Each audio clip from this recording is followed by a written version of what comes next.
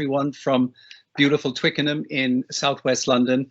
I'm a consultant in higher education and a co-convener of the TNE Hub, and I'm very pleased to chair this session that looks at current research and issues around international branch campuses.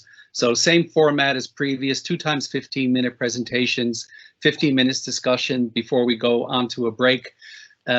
Please use the chat area to put your questions in and comments while the speakers are speaking, and I'll try to do my best to monitor them and say who you wish to respond to your question.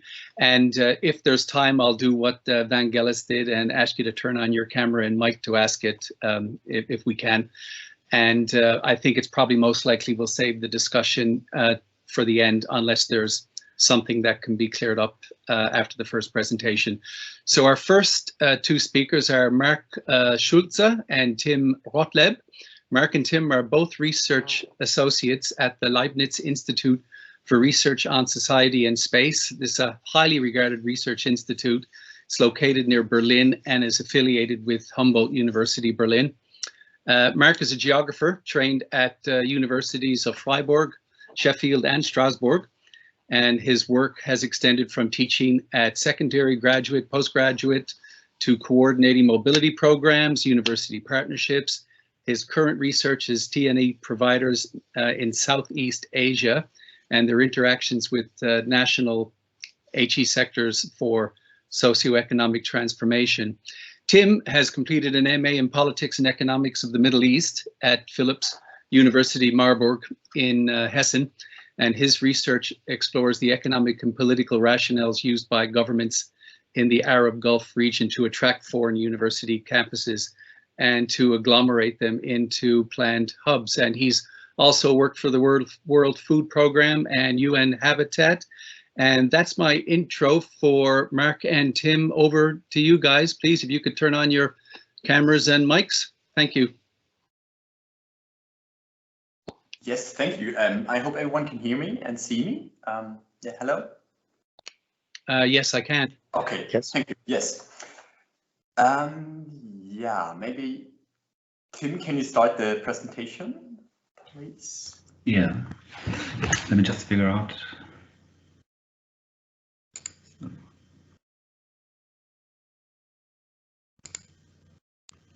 So can you see the presentation? Yes, perfect. Thank you. Yes, a very warm welcome from our side.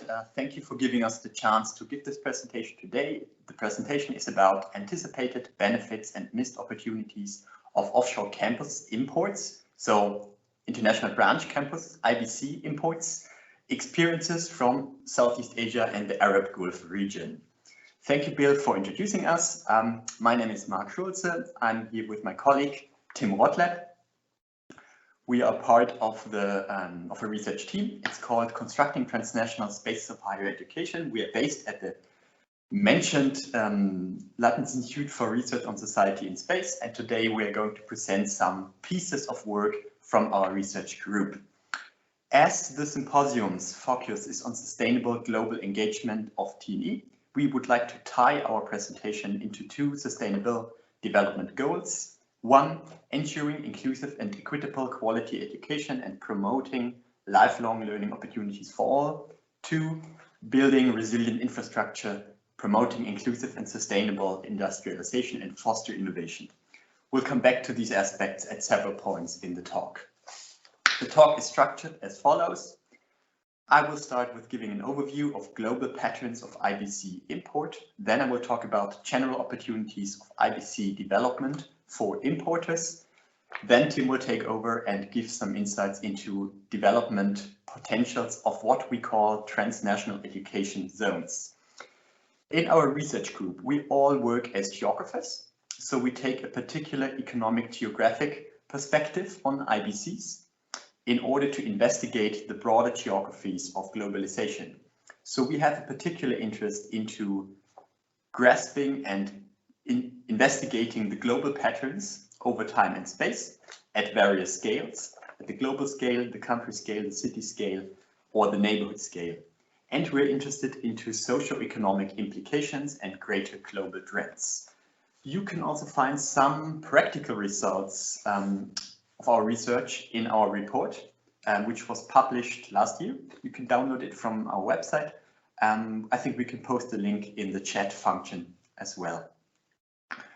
Worldwide, we found that there are more than 500 IBCs. They are very diverse, very different models, very different sizes. Interestingly, more than 90% of the IBCs were opened over the last 30 years. And we still observe that more IBCs are being opened worldwide. And there are indications that operating IBCs will continue in a post-COVID and in a post-Brexit world. Just one figure from the report. This map shows the major IBC importing cities worldwide. So the bigger the blue bubble is, the more campuses are located at these or in these cities. And what's striking in the map is that international branch campuses and major importing cities are clustered geographically, in particular in 3 clusters: the Arab Gulf region, Southeast Asia, and East Asia. And of course, this is no coincidence. We found that sometimes IBC development can be seen as a result of good conditions, for example, good market conditions. But, and this is what we want to highlight today, sometimes IBC import is part of government's deliberate development strategies. So let's have a look at the general opportunities of IBC development for campus importers. First, TNE and campuses can be seen as providing substantial capacities for domestic higher education provision. We think this is observable in Malaysia, for example. We found that TNE can be seen as constitutive for private higher education provision in Malaysia. This is for historical reasons.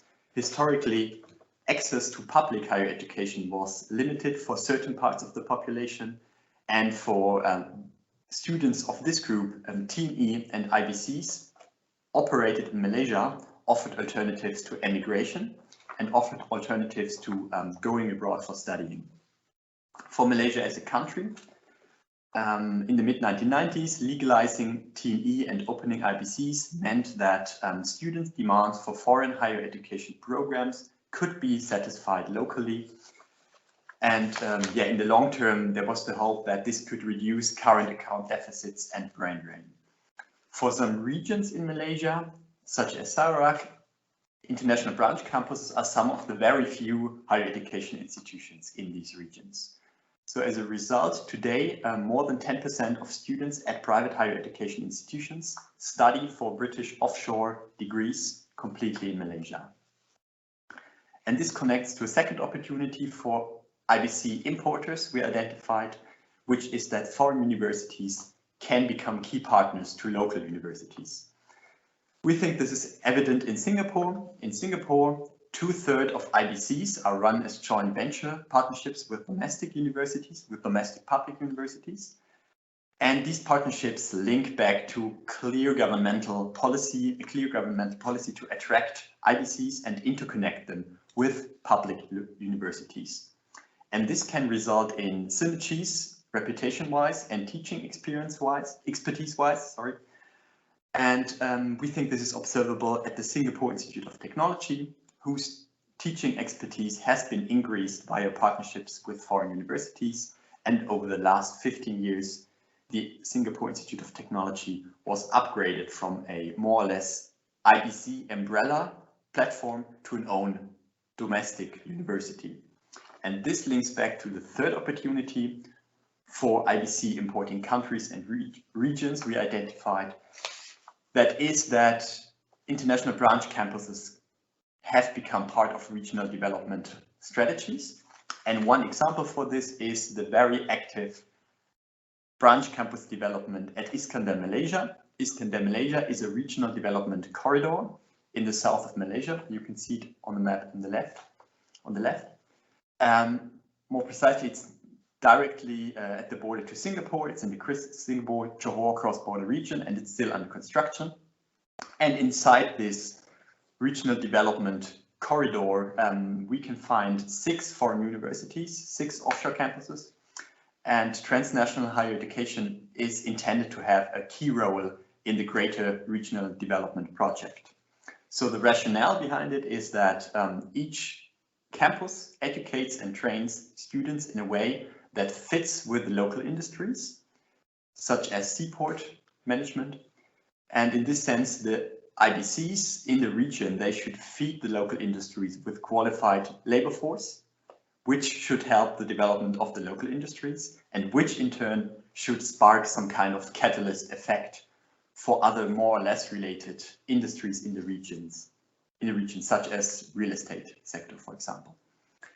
And inside this Iskandar-Malaysia corridor, EduCity can be found, where several IBCs are agglomerated in one neighborhood. And now Tim goes into detail and gives insights into how these education city ideas are put into practice.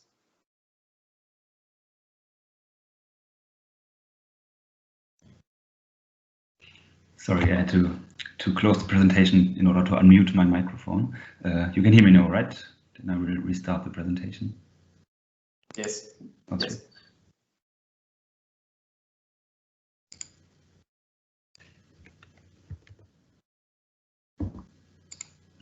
Okay. Yeah, thank you, Marc. Now, while Marc provided a general overview over some of the development potentials of IBCs, in the following, we would like to focus on the particular government strategy for attracting and hosting these physical presences of foreign universities. With EduCity in Malaysia, Marc now already introduced this development strategy that we describe here as transnational education zones. So these are usually planned urban areas embedded in government strategies that harness the global or transnational ambitions of universities. And you can see our definition of TZs here on the slide. And in the remaining presentation, we will have a look at two case studies of TZs in the Arab Gulf, namely in Dubai and in Qatar. But before we go into it, I'd like to briefly come back to the SDGs that we think TZs are mostly related to. Besides, of course, SDG number 4, broadly relating to education and higher education, I think that in particular target 9b is important, as it relates to creating an infrastructure and the policy environment that fosters research and innovation, and which you can also relate to the buzzword of the knowledge-based economy, to which TZ projects are usually discursively tied to. I would like also to note here that this is not the result of a systematic impact study, but it's rather looking at the results of our qualitative analysis through the lens of the SDGs. So first, let's have a look at the first case study, which is Education City in Qatar, and as an approach that its authorities are describing as a multiversity. So here in the picture you can see parts of Education City, and as you can see, it's a rather large area located on the eastern fringes of Doha. It hosts only 7 IBCs of mostly US universities of rather high ranking. And Qatar's approach of the multiversity in Education City encompasses the idea to invite very prestigious universities to offer their programs in a specialized field and then to fully fund these IBCs operations in Education City. As a result, Education City has a rather broad selection of programs, but it could also be described as a somehow elitist project. So it has a relatively small student population, and it has rather expensive tuition fees. But what does creating multiversity actually mean? So if we look at it in more detail, we can first see that it requires immense public funding. For example, there are media reports that claim that Qatar is spending about $400 million alone on the US universities per year.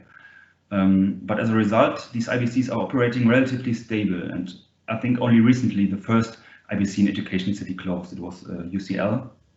And according to its administrators and to the zone administrators, it wasn't due to financial reasons.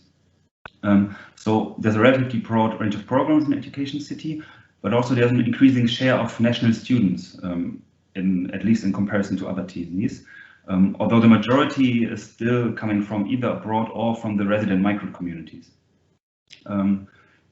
Also, there's some cross-IBC activity emerging, in particular regarding joint programs. Some joint research projects are happening, but it's not yet at a very large scale, I would say. And so despite some of these positive developments, there's still much room for improvement, I think, and this is also recognized by all of our respondents.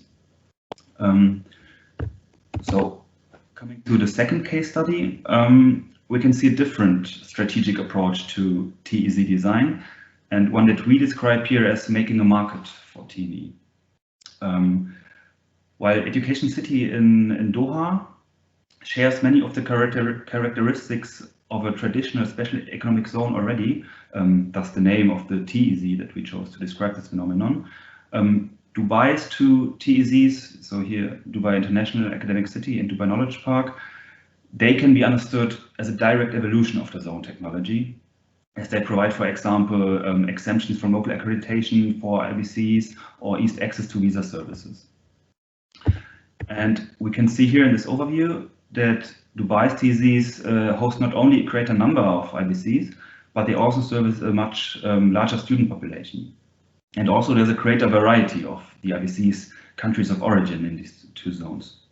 However, what they have in geographic variety and numbers of students, they lack in program diversity, as there's an excessive supply of business-related programs. And we think that this can be partly explained if we look at this particular strategy in more detail. So creating a market environment that attracts IBCs and third-party investors as well requires much less public funding than Education City in comparison does. And consequently, IBCs bear their own financial risk. And also in addition, besides greater numbers of IBCs and the geographic diversity, you could also argue that the competition led to lower enrollment requirements and also to lower tuition fees, which probably contributed to somehow to the greater number of students. Although I would say that, of course, the overall location of Dubai and its attraction as a place certainly also plays a role in this. But this competition also leads to or led to some more risk-averse strategies by the universities. So younger IBCs entering this market, they tend to focus on business-related programs, as the management usually feels that this is kind of the way to test the waters, as one manager explained it to me. And the idea is then to build first a stable student base from which to expand the program range once the IBC is firmly established, mostly in financial terms. So much for these two case studies. And now for a brief conclusion, I'd like to put the development potentials of IBCs and in particular of TEZs as an infrastructure for fostering research and innovation in perspective. So overall, we observe a lack of academic interaction and synergies between IBCs in TEZs, although in theory, I would say this is one of the great potentials that these zones have. Also, there's very few research happening as of yet, and neither do these TEZs produce many spin-off companies, as they largely produce graduates for the existing industries. Hence, we would say that there's so far not that much development happening towards an innovative or towards a knowledge-based economy, besides, of course, producing higher education graduates. And judging from our observations, we would argue that in order to allow TEZs to function as sites for research and innovation, rather than simply function as special economic zones for teaching machines, we identified three key factors. So one is location. This relates to questions such as, are there facilities or events in the TEZs that where students and faculty of different IBCs can interact conveniently? Is the place well connected to the rest of the city? Is it well connected regionally and globally? But also the regulatory framework matters. So, for example, is there a lot of red tape that's straining the IBC's capacities? Can IBCs in these zones try out new things? Very importantly, are there incentives for doing research for these IBCs? But it's also concerning the accreditation or the recognition of degrees. So how useful are these degrees in the local economic context and in the local context overall? And finally, there's the partnership to consider. So what kind of partnership is it, if any at all? Is it purely financially driven, or is it cooperative? This also concerns the partnership with the local TZ authorities. So is this partnership decreasing the financial pressures, and is it allowing the IBCs to function as research institutions? And does the TZ authority curate the IBC selection there, and does it decrease some of the counterproductive competition that sometimes emerges? Yes, no, these were some of our observations. We hope that you find them insightful, and we're of course happy to discuss them with you further. And thank you very much for your attention. Thank you very much, Tim, and thank you, Marc, and thanks for sticking pretty close to time there. That's really great. So I can see there's 4 good questions have come in, 3 questions, and David Law has his hands up. But if it's okay with you guys, shall we push on to Alan France and then do everything together? Is that okay? So our next speaker is Alan France, who actually spoke at our last TNE Hub event. Alan wears a newish hat. Now he's chair and interim rector of TEAM University in Tashkent. And TEAM is the first private entrepreneurial university in Uzbekistan, and it has formed a partnership with London South Bank University, which I was aware of a little while ago, but I don't know what the latest is on that. And previous to that, Alan was first deputy rector of Westminster International University, also in Tashkent. And that was the first international university in that country, in Uzbekistan, way back almost 20 years ago, I think. And Alan is also a principal consultant to various TNE projects at International University of Law, International Digital University, and Agri-Food. And take it away, Alan. Thank you. Way back 20 years ago, Bill. That sounds a long time. I don't know. Thank you, Marc and Tim, for your presentations. I must admit, that was quite an interesting background to mine. Mine is a bit more reflective presentation, and I'm trying to attempt to share my slides, but it doesn't seem to work. But however, I will make sure that I will actually make a reference. So, Bill, have you got a problem? Is there a right to share? Because it doesn't seem to be able to share my slides at the moment.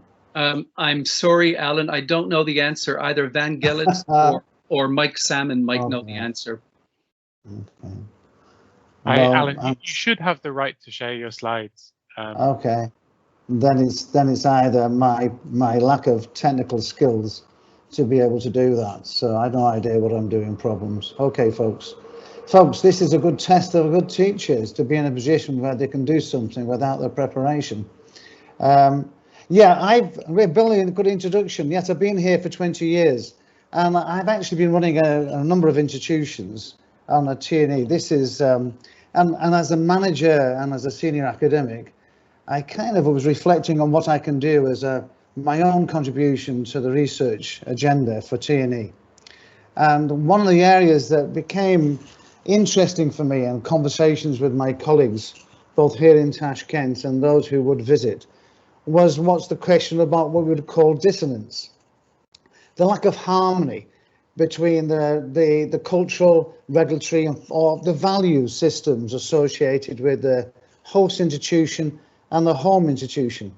This created an interesting dilemma in many occasions, often referred to as lost in translation. And one of the slides I would put up, if you can imagine, is that in about 4 or 5 years ago, here the universities in Tashkent started to post in the reception areas where students would come examples of dress and how students should dress appropriately and what was inappropriate. Now, this created a kind of wry smile amongst my colleagues who were visiting, because that's quite an unusual, I would say, instruction, or university management would be seen to be imposing on personal freedoms if they were attempting to try and guide or even instruct students how to dress.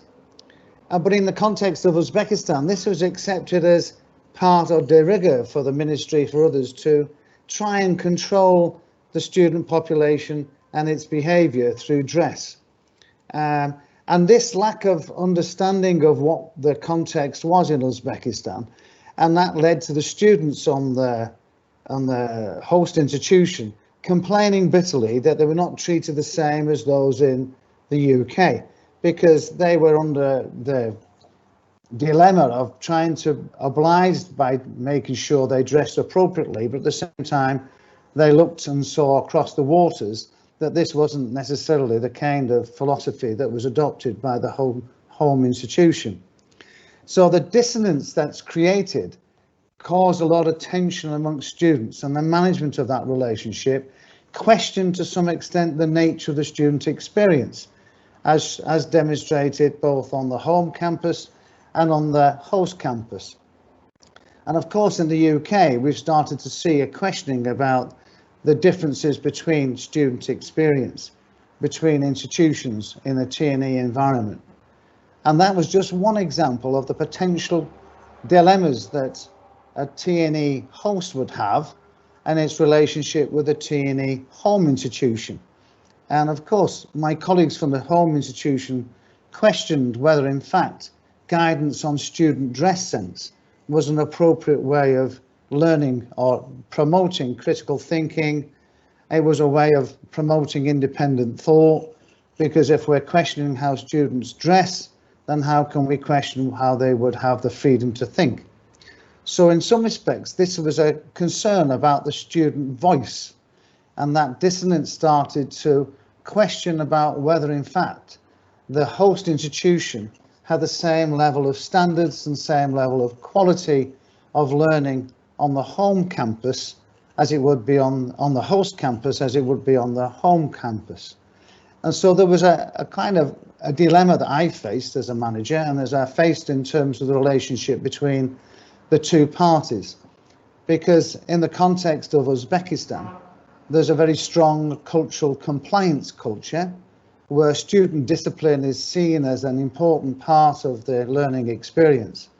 So the government would require attendance, would require the disclosure of private data, would actually look at the way in which students would be disciplined. But in the context of the home institution from the UK, we would talk about the student voice, we would talk about student engagement, we would encourage students to be looking at their rights and not just their obligations. So there was a kind of issue about dissonance that created quite a dilemma in terms of the management of the relationship, and caused a lot of tension in the context of the student population. This also created some other questioning from my colleagues about the nature of the staff experience between the host institution and the home institution, and the question of academic freedom. And I know that in some other areas of the TNE literature, there's been a number of contributions about the nature of academic freedom and how it's expressed.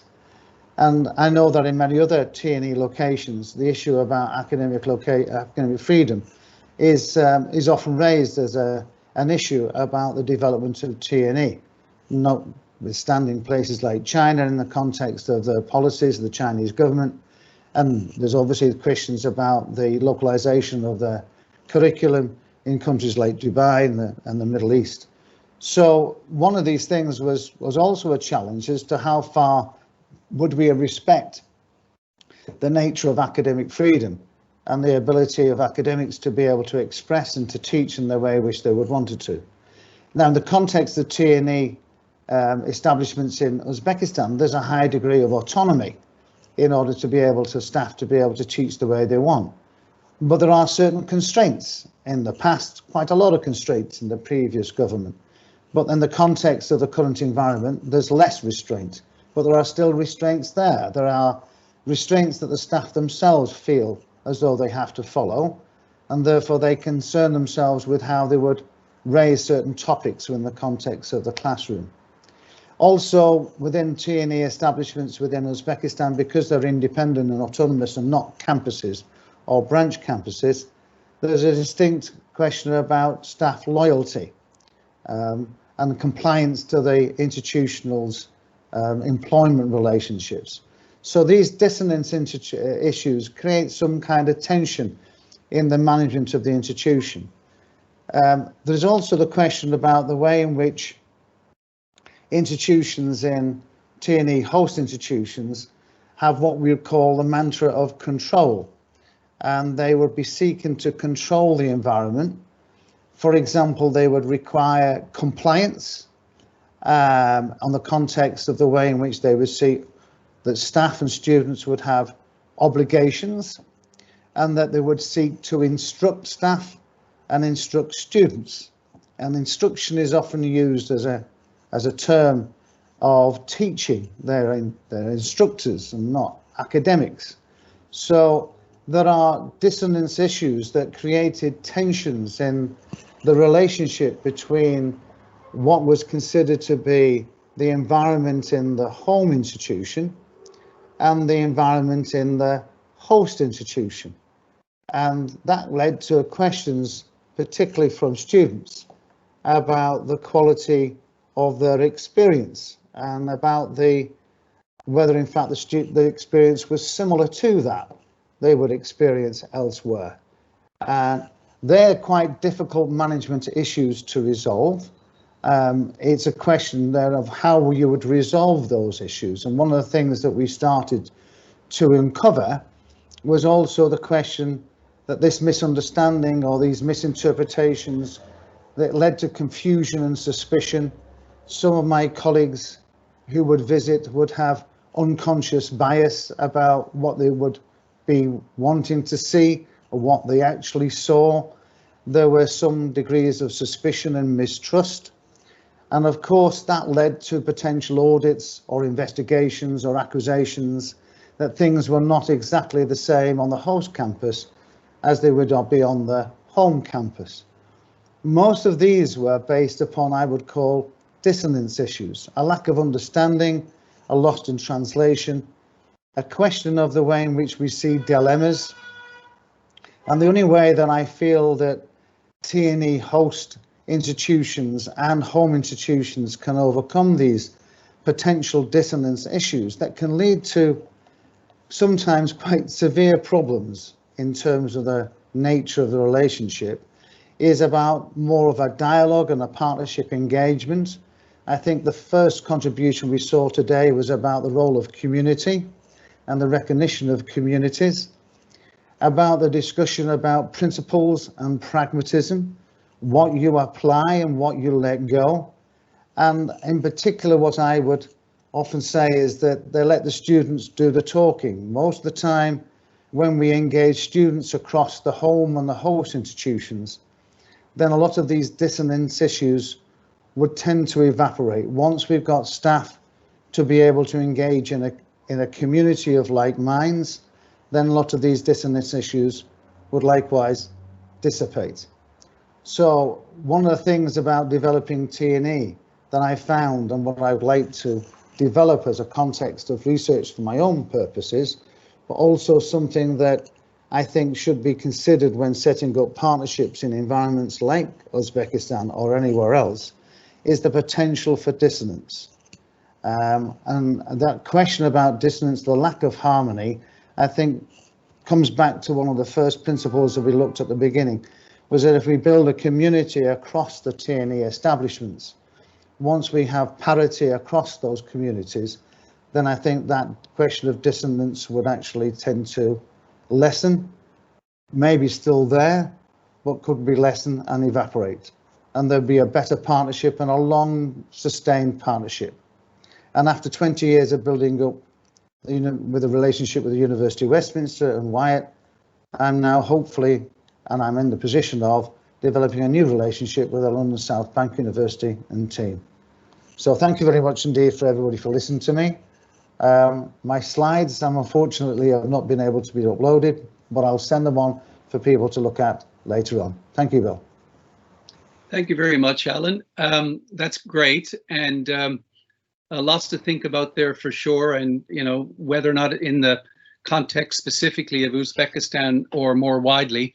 So we've got a few questions here directed towards Marc and Tim to start with.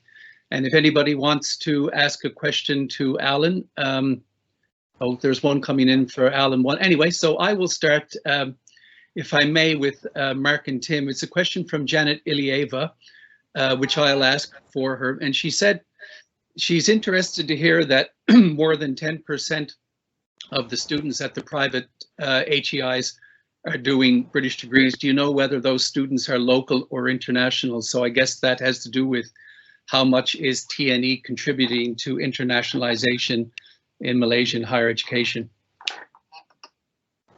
Yes, thank you. Yeah, thank you for the question. This is a good question. Actually, I think all TNE programs are located in the private sector in Malaysia. So, and in Malaysia, TNE does not equal with international branch campuses. There are other programs, other TNE programs, which are not at branch campuses. For example, so-called 3+1 program or 3+0 programs, which means British universities, they have a local partner college, which offers the program, the British program. Actually, I do not have a concrete number of how many people, or what's the percentage of international students and domestic students at these TNE programs. I do not have concrete numbers, sorry. Okay, thanks. I'm going to move on. David Law, David, I saw your hand go up earlier. If your hand is still up, do you want to turn on your camera and mic? Oh no, you decided you want to pass on that. I think others have better questions. How very modest of you, unnecessarily modest, may I say. Okay, how about Fabrizio? Fabrizio, do you want to turn on your camera and mic?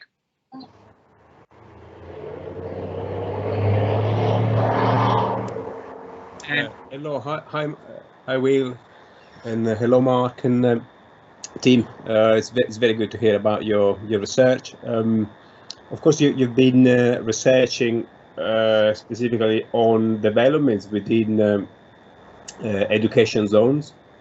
Do you see what do you see are the prospects for increased international cooperation between education zones? Have you come across these? Or have you got a particular view on this?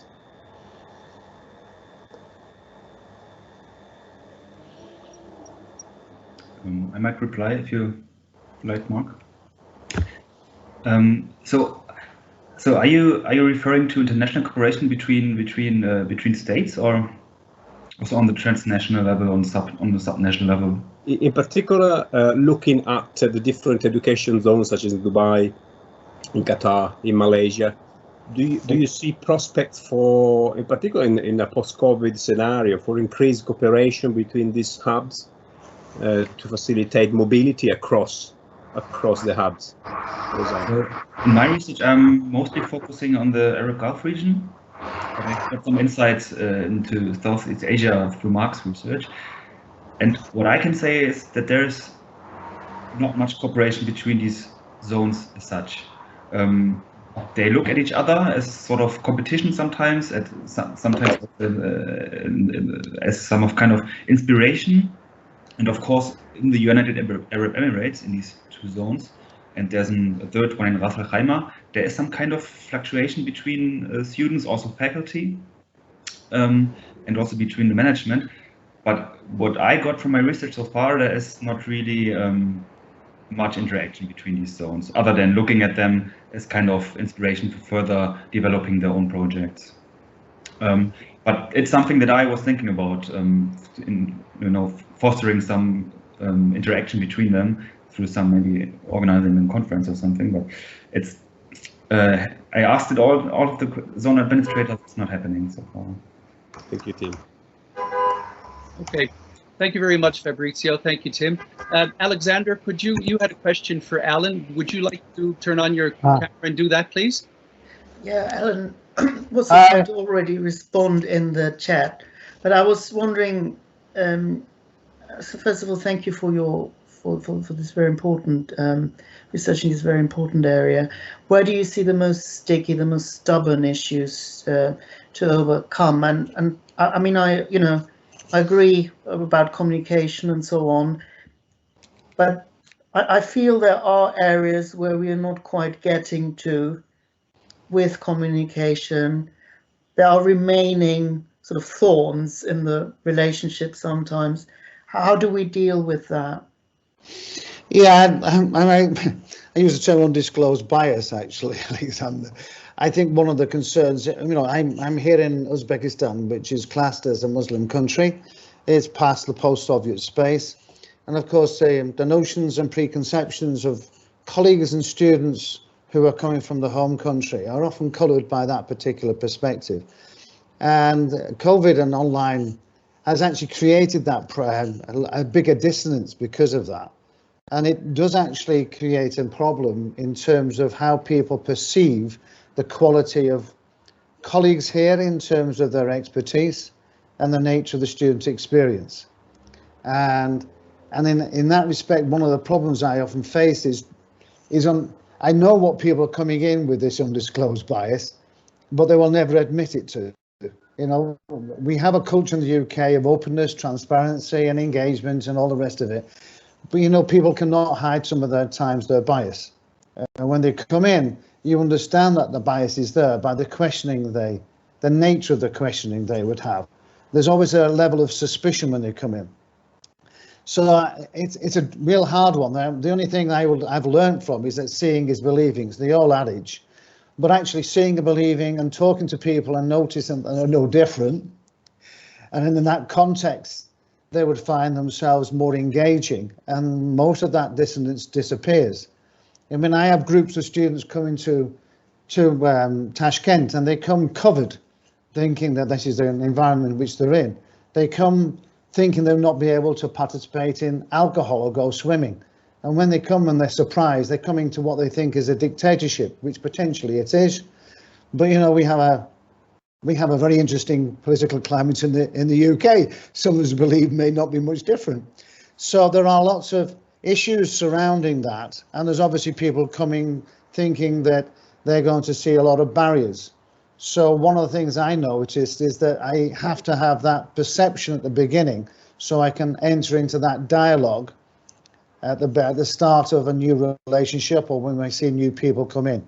It takes about 2 or 3 visits when people realise that actually some of this bias is got no grounds. And it's what you said at the beginning, Alexander, yourself, about building this community and engaging with the community. I was really fascinated by what you were doing in terms of building that community and a sense of community. It's really hard to do, but it's about engagement. It's about talking to people on a similar and equivalent level. It's recognising the contribution of others and recognising your own undisclosed bias. And I have that when my colleagues, I employ a lot of international staff who come and say, I didn't think what Uzbekistan was until I came. And you realise that they've already met their bias and they've overcome their bias. But it's this community, and I really was interested in what you were doing there to build that community up. Getting students to build that community is a fundamental part of getting rid of the dissonance. Thanks, Alan. And Sandra Krask comments that sometimes people don't even realize they have a bias. Absolutely, absolutely. Could I ask Yong Woon Chin, please, to turn on camera and mic? I believe it's a question for Marc and Tim. Thank you, William. Hello. We can hear you. All right. Okay. I was just asked a question because I was intrigued by the idea of transnational education zone, which was presented by one of our presenters earlier. So my question would be, what can existing institutions which are grouped within these specific zones do to sustain the zone created in the long run? Will they require support by the government, or can they work independently on their own to sustain this zone created? Thank you.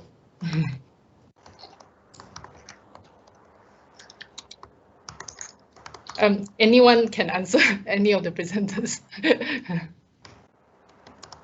Marc, do you want to have a go? Tim, do you want to go? Maybe just start and I add if there is something to add from my side, if you like. Yes, please. Yeah, thank you for this question. I think it's interesting, but I'm afraid there's not a simple answer to it, because, as I would say, as in so many other things, there are some contradicting interests meeting in these zones. So one, there's the interest of the host countries and the zone administrators to develop this innovation and knowledge producing infrastructure, but at the same time they do not want to, at least in the Gulf countries, they do not want to disrupt their the social power relations that they're having there locally too much. But inviting foreign universities that produce higher education graduates and students, it's exactly doing this. It's disrupting the social power relations and disrupting the social balances. And I think it really depends on what kind of perspective you take. I think if you are thinking about the universities and how they can sustain their presences in the long run, I think this is what they're kind of doing at the moment in Dubai. It's working out fine for a lot of them to focus on these kind of safe programs that produce income. In Qatar, they have a little bit more freedom to experiment with other programs, and it's actually their tasks from the Qatari government side to do it. I think but I'm focusing on the host perspective, and I would say that you need to design these zones that universities actually can invest in doing research and in producing innovation, and you need to establish the right environment to do this, where the universities do not feel pressured to only focus on teaching, and actually can let the faculty do some research and also encourage their students to do research. Yeah, that's my answer to it. Thank you, Tim, and thank you, Youngwoon. Charlene, who's chairing our final panel this afternoon after the break on the post-COVID implications, she has a question similar to that. I believe it's for Alan. Is it, Charlene? Hi, thank you, panel, for your presentations. Actually, anyone could answer on the panel, really. I've been involved in some part in 2 IBC setups, so I understand what it takes, and it takes a lot. So given the financial and resources impact of COVID on the higher education sector, do you see that model of TNE continuing to grow, given the investment that's required to actually set those up? I just want to get your thoughts on that. Can I kick off? Please. It's because I'm involved in about 4, as Bill said, currently in Uzbekistan. In fact, it's flourishing. I mean, and in COVID, COVID has helped in some of the cases because you can get a closer engagement with more people in the home campus in the discussions, and because time doesn't seem to matter too much when you're on Zoom or on Teams, and there's no time engaged in travel. At the opposite end, and I think it's a comment that I made before about it, the problem about undisclosed bias, about the dissonance, is greater because people have not been able to visit and see. So it's more of a trust. It seems to people that trust is an important part of any relationship, but if you can't face to face, it becomes more difficult to build.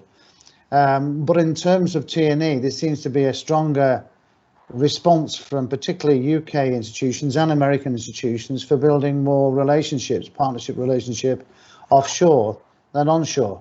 Obviously, there's a problem, the hit about international students and their perception of having the same experience in the UK.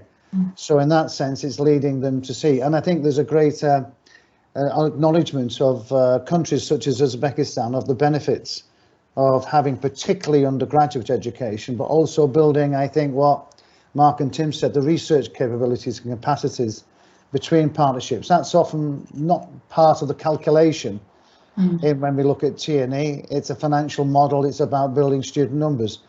But in my eyes, you start off with research. It may take years to build, but that's where the harmony comes. I do great believe if you get 2 academics talking together in the same subject area, they'll find far much more in common than the managers who are talking together. You know, they will build relationships quicker than managers would do, and you'll find the more greater enthusiasm and a stronger rationale. You know, finance comes later. You'll make money from TNE once you build these partnerships and get rid of the dissonance. So I'm quite hopeful. In context of Uzbekistan, I have them coming out of my ears. So in one sense, I'm very choosy, but there's a lot of developments here. Okay. Great stuff, guys. I'm going to, Marc and Tim, I'm going to move on because I'm conscious of, Vangelis, I hope it's okay. I've gone a little bit over here, but the break wasn't supposed to really start till 11:45. Maybe I can do two more. Faiza, are you there? You had a question for Alan. Yeah, thanks, Will. So I have a question for Tim and Marc both, and Alan as well. So I'll start with Alan. Alan, my question is that does this bias and dissonance extend to academic procedures and processes? So when we talk about cultural situations and say high context, low context, different cultures, what about a procedure like assessment moderation? Because that is done to ensure quality, and it's done at the main campus. And I see some issues there. Do you have any thoughts on that? It's key, actually. Moderation is fundamental because it's about sharing ideas. There's no other making sure standards are in place. Yeah, in terms of cultures such as that you would see in Uzbekistan and probably elsewhere, there isn't much critical questioning of of academics and their ability to set the right standards in terms of assessments. But I think you start with moderation. If you start with the partnership, you start with moderation. You start with this dialogue, but you start with a dialogue between equals, between peers. And in that context, you know, I often sometimes find that the UK moderation processes falls far short of what you would see in the context that I developed, in the context of the TNE establishments. It's much stronger. If you get host colleagues to understand what moderation really means, and it's about improvement of the assessment that you set and ownership and responsibility for that, then they do buy into it quite strongly. But it's a fundamental part of building the relationship. But it's not just a one-way one. It's not about the home institution assessing the host institution's abilities. It's about this collegiate moderation process where you swap ideas and you swap materials so that you improve the assessments both locally and, generally speaking, sometimes in the home institution. That's very strong. There are lots of other academic regulations that do apply, but sometimes it's the way in which we see the interpretation of those. So you have to make sure that it's not line by line, but what is the philosophy behind the regulations? What's the philosophy behind moderation? I normally start with that. I don't start with this is what you need to do. I start with what is the rationale? What's the philosophy of why we need to do something? Okay. Thanks a lot. Could I put my question to Tim and Marc now? Yes. Okay. Yeah. So I'll probably wrap up after that, but go ahead, please. Cheers, Will. So very quickly, Tim and Marc, I work in an IBC in the UAE as well. So I was just wondering, because I don't see a lot of inter-university collaborations going on in terms of research or supporting students in their future careers and so on. So does your research show or shed any light on that? Thanks. Yes, I could just give a quick answer on that for Malaysia, for EduCity in Malaysia. I think it is, as Tim said already, it's a very difficult situation. There are attempts of the organization of EduCity to bring in this collaboration, for example, regarding shared infrastructure, student infrastructure. There is canteens, etc., sports stadiums, etc., sport facilities, etc. There is this attempt to spark collaboration, but it's also observable that there seems to be some competition regarding student recruitment within these zones, especially, as Tim said, for those subjects which are more or less easier and cheaper to deliver. such as business in comparison with medicine or something. And I think we can see worldwide that there is attempt to some kind of prevent the competition between the different IBCs in the zones, and some organizations do try to do that on the basis of regulation, for example, by allowing and not allowing certain subjects to be taught, specific subjects. Yes. Okay. Thanks, guys. I'm going to give the last word to Shannon, who wants to make a quick point on training, and then I'm going to, unfortunately, think I'm going to have to wrap up. Go ahead.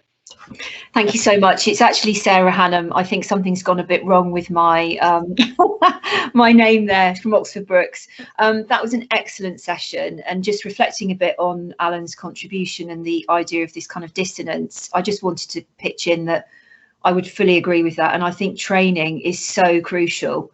So I suppose in the next phase of transnational education, the idea of UK staff needing a much deeper form of training. It's not really only about the kind of technical skills that have been mentioned here. It's also about the understanding part and the relationship building part. And I think increasingly we're certainly taking this on as a much more wide-ranging type of training, and also being much more careful at interview, because what most colleagues will know from their own experience is testing those skills before you get going with people can be quite tricky. So you really do need to get an idea of how people are going to respond and react. And one of the most efficient ways of doing that is scenarios. So actually giving people scenarios within interviews and looking at how they would respond, to be able to get a measure really of the kind of equity really that Alan's driving at. But I think this is a really fascinating area, and thanks again for a fantastic session. Phil, can I just comment? Please. Well done. It's a training of home staff, not just host staff. That was a very good point. It's because often it's that's the most important thing. It is quite critical. Well done. Good point made. Right. Thank you. Thank you. Was it Sarah and Alan? Listen, I'm sorry for. I agree that this has been an excellent session. Apologies to the people in the chat who I've missed. Thank you to Perry and Juhani and others for the comments that are there.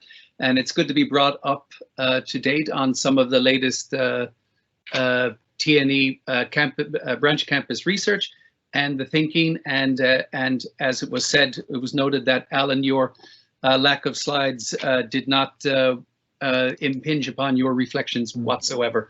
So thank you, guys. Now we are going to take a 45-minute break, and the chat function will remain open throughout this 45-minute break. So please feel free to keep interacting, and we will resume with session 3 at 12:30, looking at TNE partnerships and impacts and the SDGs. Thank you ever so much. Thank you. Thank you very much. Okay, so Bill Vangelis, we good to go, do you think? Yeah, I think we're good to go. Yeah. Hi, Chris. Then I guess people are sort of straggling back in. I think we're at about 35 now, so I guess you might as well start. I don't know. Okay. Okay, well, we can I guess make a start just for time. I can sort of pad for an extra minute, but welcome everybody back to session 3 of today's event. We have, as you can see from the slide in front of you, another 2 double acts. The title of this session is TNE Partnerships, Impacts and the SDGs. And we have 2 presentations giving us different examples and discussions of partnerships. The first one from Dr. Daguo Lee and Professor Liz Wilding, we'll be looking at a case study of UK-China Joint Education Institute. And they will be followed by Dr. Christopher Smith and Dr. Constantinos Choromides from the Institute of Business Education in Glasgow, looking at enabling transformational change in human capital challenges through TNE partnerships. As with the previous 2 sessions, both presentations will have 15 minutes, and then we'll hopefully have some time for questions following the 2. So can I please encourage everybody, as with the prior two sessions, to post your questions in the chat function, and we will see how many we're able to address at the end of the session. For those of you who don't know me, my name is Chris Hill. I'm the third member of the TNE Hub Musketeers, and it's my pleasure to be able to host and chair session 3. So, with that being said, could we please invite our first two presenters, Dr. Daguo and Professor Liz, to begin your presentation. And the technology worked 5 minutes ago, so it presumably won't now, but we'll keep our fingers crossed anyway. And I'll hand it over to you for the slide sharing, and thank you very much.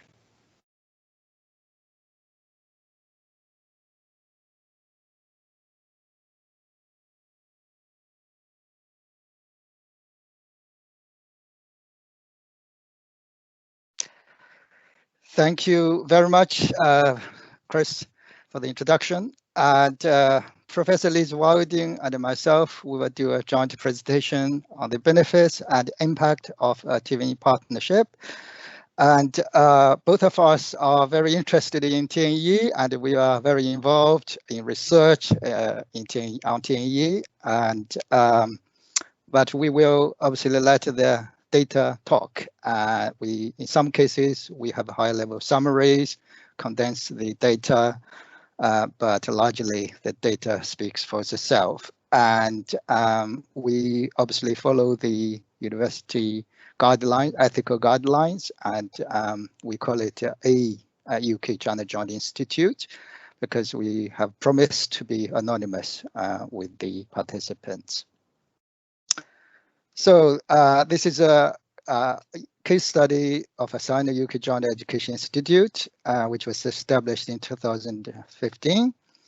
And qualitative data were collected online via MS Teams. So we conducted these two types of interviews and discussions, 6 semi-structured interviews with leaders from the UK and the Chinese institutions who are involved at different levels with the GEI. So these included 3 from the UK and 3 from China. And we also conducted 2 focus groups with program directors from both institutions, and 5 PDs from the UK and 6 from China. So these are how we collected our data. And we asked so our report on the views of the university leaders, and my colleague Liz will continue with views of the program directors at the program level. So first, with the university leaders or leadership, we asked them the following 4 questions. How they see TNE partnership fits with their institutional strategy respectively. 2, what they see as the benefits and the impact, and what they see as the challenges, and also in terms of future priorities. So the headline findings, the data suggests a broad alignment between the general strategic vision and aspirations of leaders from both institutions. And there's, we maybe call this a resonance, they resonate with each other, yeah? And there's also some divergence in the focus and the perceptions in terms of how they express this, specifically about various themes. So I'll talk about this in detail in turn in the next couple of slides. The first one, in terms of alignment of institutional strategy, both parties see the GI as key to its internationalization and globalization strategy.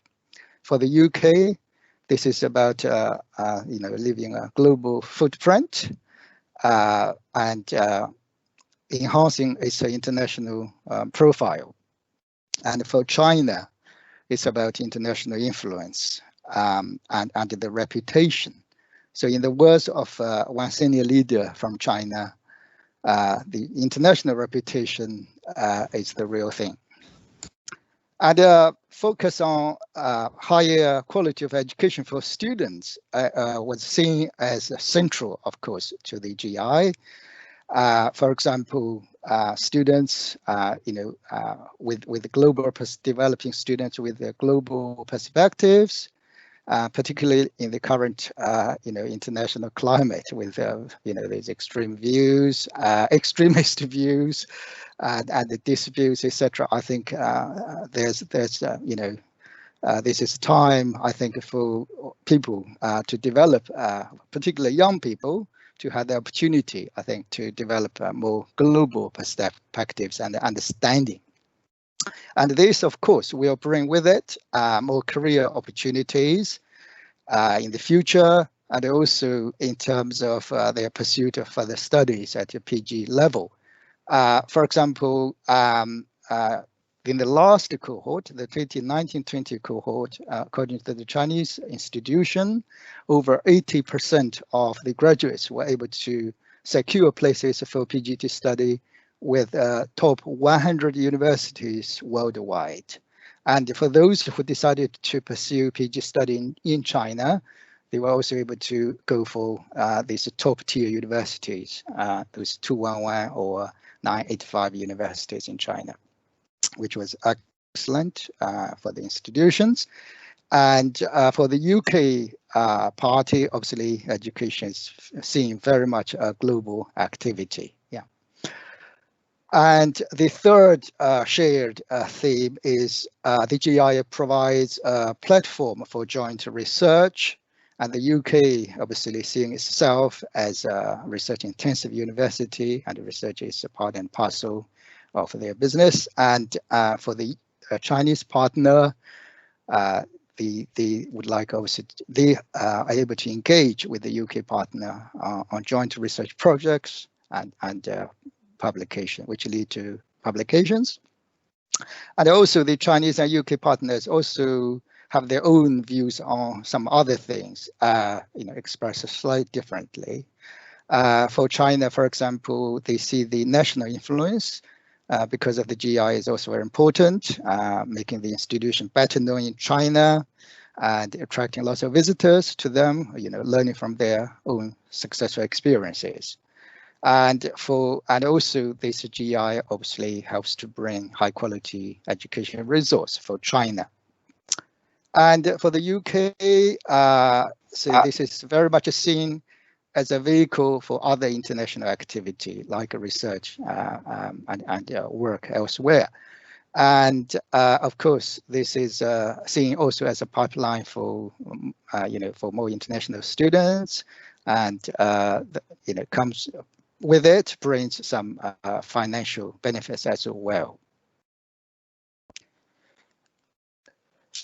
Okay, so in terms of the what they see as the benefits and the impact, they talked about the quality of the students they were able to recruit into this joint education institute, both by the Chinese and the UK partner. Yeah.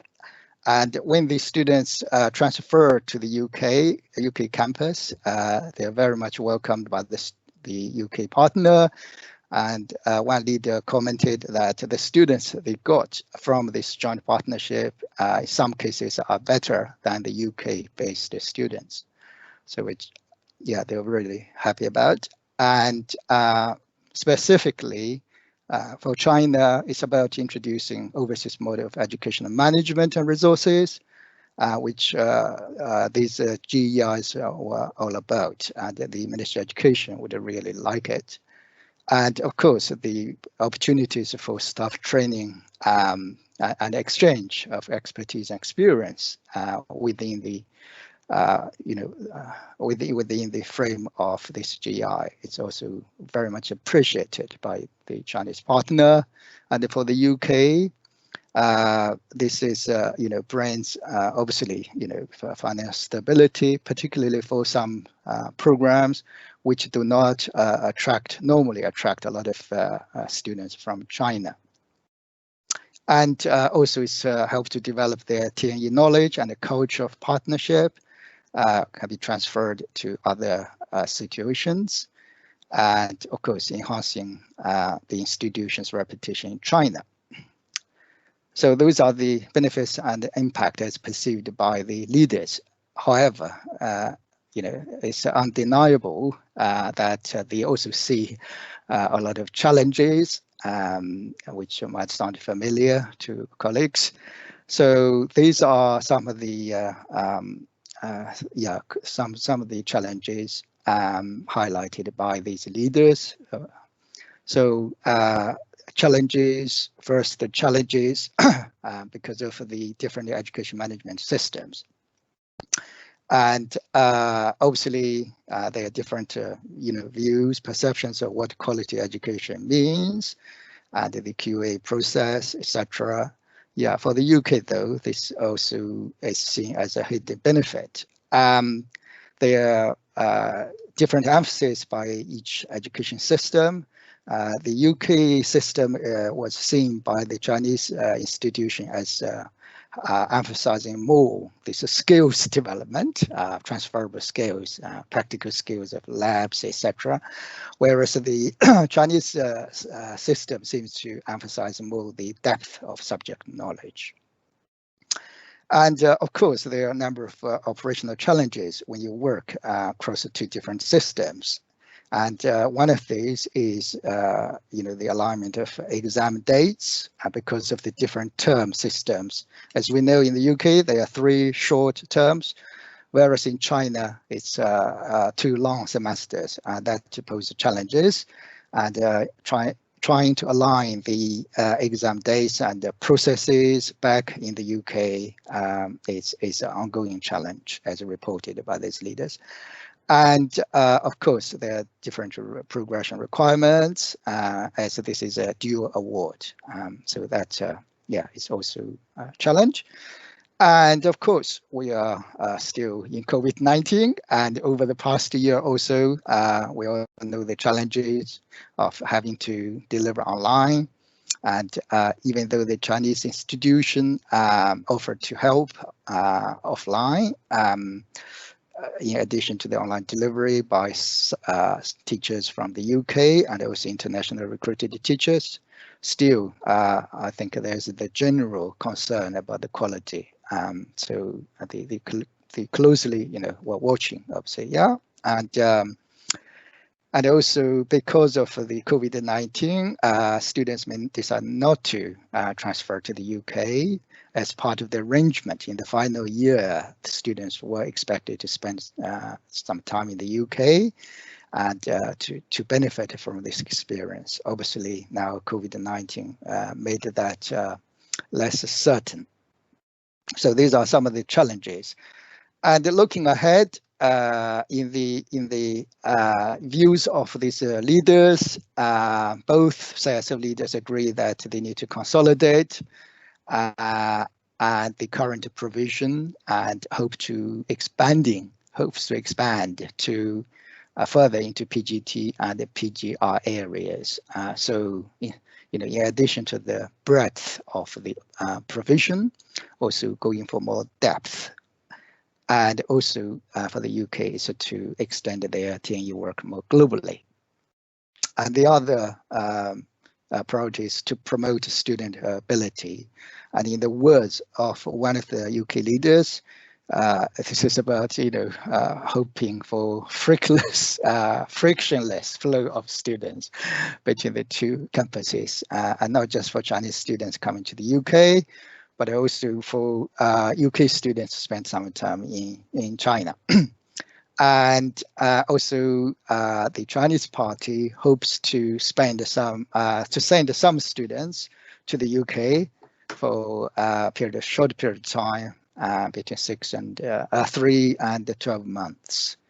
And of course, they hope to promote further research collaboration. Okay, so I probably have used a lot more time than I should. I now pass on to my colleague Liz, who will present on the views of the program leaders. Thank you very much. Liz has 2 minutes roughly. Oh, Did I use that much? Sorry. In which apologies, case, apologies, Liz. Can we have a, yeah, sorry. I'll give you a whirlwind tour. Daguo, I don't seem to have control, so if I can ask you to go to the next slide. Yeah. I'll just give an overview of how very positive it's been to do this qualitative research, where we've heard the voices of a lot of people involved. And we also spoke to program directors, and you can see the list of areas that we discussed with them. And we got this general sense from them of the incredible collaboration, consultation, and partnership on both sides, which could involve some conflict, but there was a lot of positivity expressed in overcoming some of the challenges to what they were doing. But from the staff perspective, there was a significant perception of benefits for students. So Daguo, do you mind going to the next slide? And I'll just use this as one example in the remaining time. We asked them about curriculum development. And when we asked about this, a shared perspective from both sides emerged of the extent of the work involved in aligning or developing UK programs for the local context. There was this sense, with some a slight surprise, that it wasn't an off-the-shelf UK program. It was something that needed to go back and forth, and we heard a lot of discussion about what was involved, of originally perhaps just sending a curriculum to China, but then the steps that were taken to make it fit for the needs of the students, employability needs, the level of the students, and the back and forth. So we heard a lot about this in some detail, and some detail that was perhaps missing from the understanding of the senior leaders, which is perhaps not a surprise. And all of this arose from this awareness of difference between the two systems. We heard about dissonance before. So Daguo, do you mind jumping ahead a few slides? We'll jump, I'll just allude to teaching. In our case, the teaching is done mostly by staff at the JEI, with some flying faculty visits from the UK. And this, again, this moment when they could share and people were in the same place was held up as something quite important for the sharing and the collaboration. And another example that was held up was a field class, that's in the UK box there, where staff and students actually did get to work together very positively. So Daguo, do you mind jumping to the overall picture slide? I'll just jump ahead a few slides to that. This sums up generally what we got from our, no, the next one. Next one, I'm just going to jump. This gives an overview of what we found. No, go back one. Yeah, I'm sure we will be allowed a couple more minutes. Would that be okay, Chris? I guess you maybe got 1 or 2 minutes here just to wrap up. Sure. Yeah. Okay. So this very quickly gives us a sort of summary of where we were going with this. The benefits on the left, challenges on the right. They may not be that surprising, but put this in perspective that there was a generally positive sense from all the people we spoke to, although an awareness of the challenges. And on the left, you see the very strong sense of shared aims, commitment to quality education, collaboration, and the idea that the TNE partnership would be a learning experience for everyone involved. You might notice that I've put the collaborative activity both as a positive, or we've put it as a positive and a benefit and a negative because of the resource and time needed. And anyone who's been involved in TNE becomes immediately aware that this is a very real feature of it. And this will be especially important as the partnership that we're talking about develops from more of a teaching focused partnership to a development of research. And we did hear slight concerns and frustration that there was an interest in research and the individual staff members were not yet in a position to be able to engage in the level of research that they wanted. If you go to the last slide, Daguo, this is the grand summary of what we've taken away from this. And we feel that this JEI, which by the partner's own measures has been felt to be successful, that two key factors in this has been this alignment of the institutional visions and the strong support from the leadership and the collaborative work that we've alluded to very quickly. it does reinforce insights we've seen in the previous literature of the challenges and practices of collaboration. I've given one reference there. And of course, the usual awareness that what we're presenting is by its nature limited. We spoke to some staff, but we would, if possible, one day like to expand this to speak to more staff and certainly to gather student perspectives. And just to wrap up, the value of being able to talk to people in some depth was invaluable. So having heard about the dissonance earlier, it was very pleasing to get a rounded picture, at least the tip of the iceberg of where some of this might come from and what people have been doing to work their way through it. And I'll stop there. Thank you for your patience. Thank you very much. Thank you. I apologize for the time. No, not to worry. We have a bit of a margin. So just before I turn over to our second group of presenters, a very quick question from, it's not a quick question, but from David Law is asking whether this research has been published, and if so, or would you be willing to share it with non-Reading staff? And so that's maybe something that's either easily addressed or we can pick up in the conversation after. Obviously, there's interest in your research findings, so that's a very positive thing. So thank you very much to the two of you, and for that presentation. We'll pick up with the questions after.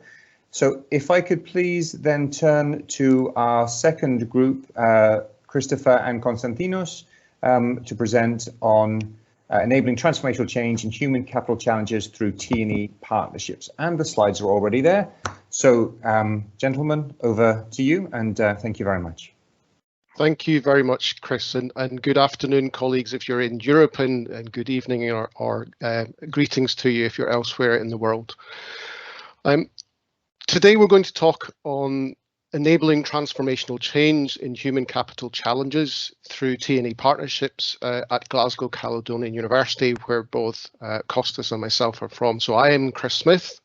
And I'm Constantinos Choromides. Good afternoon, everyone.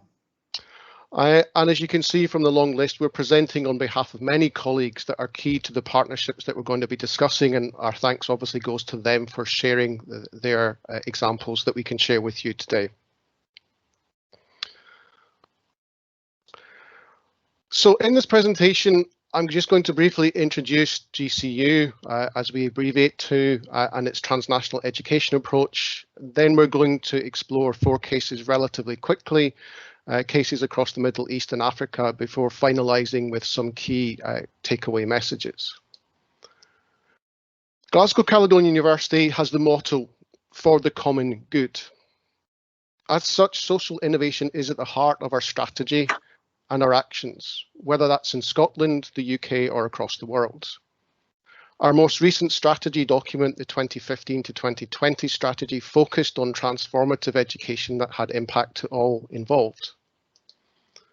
Our new strategy, Strategy 2030, builds on that socially innovative focus with the aim to deliver transformative education and impactful research through purposeful partnership as a globally connected university with an engaged community committed to the common good. This will be underpinned by our university values and be aligned to the UN SDGs. Glasgow Caledonian University has many transnational engagements across the world, some of which we have summarized in this figure. We will talk about some of these today. We're going to talk about some of this in today's presentation. As you may anticipate, our transnational educational model at Glasgow Caledonian University is grounded in our mission and the formation of strategic partnerships. Any engagement is driven by societal as well as human capital needs, where we seek to be there to support partners to build their own capability and then withdraw progressively when sustainable for our partners and when appropriate to do so. This approach leads not just to high quality education experiences with personal and professional impact, but also to socioeconomic and community enrichment. So now, looking at our first case, the Caledonian College of Engineering.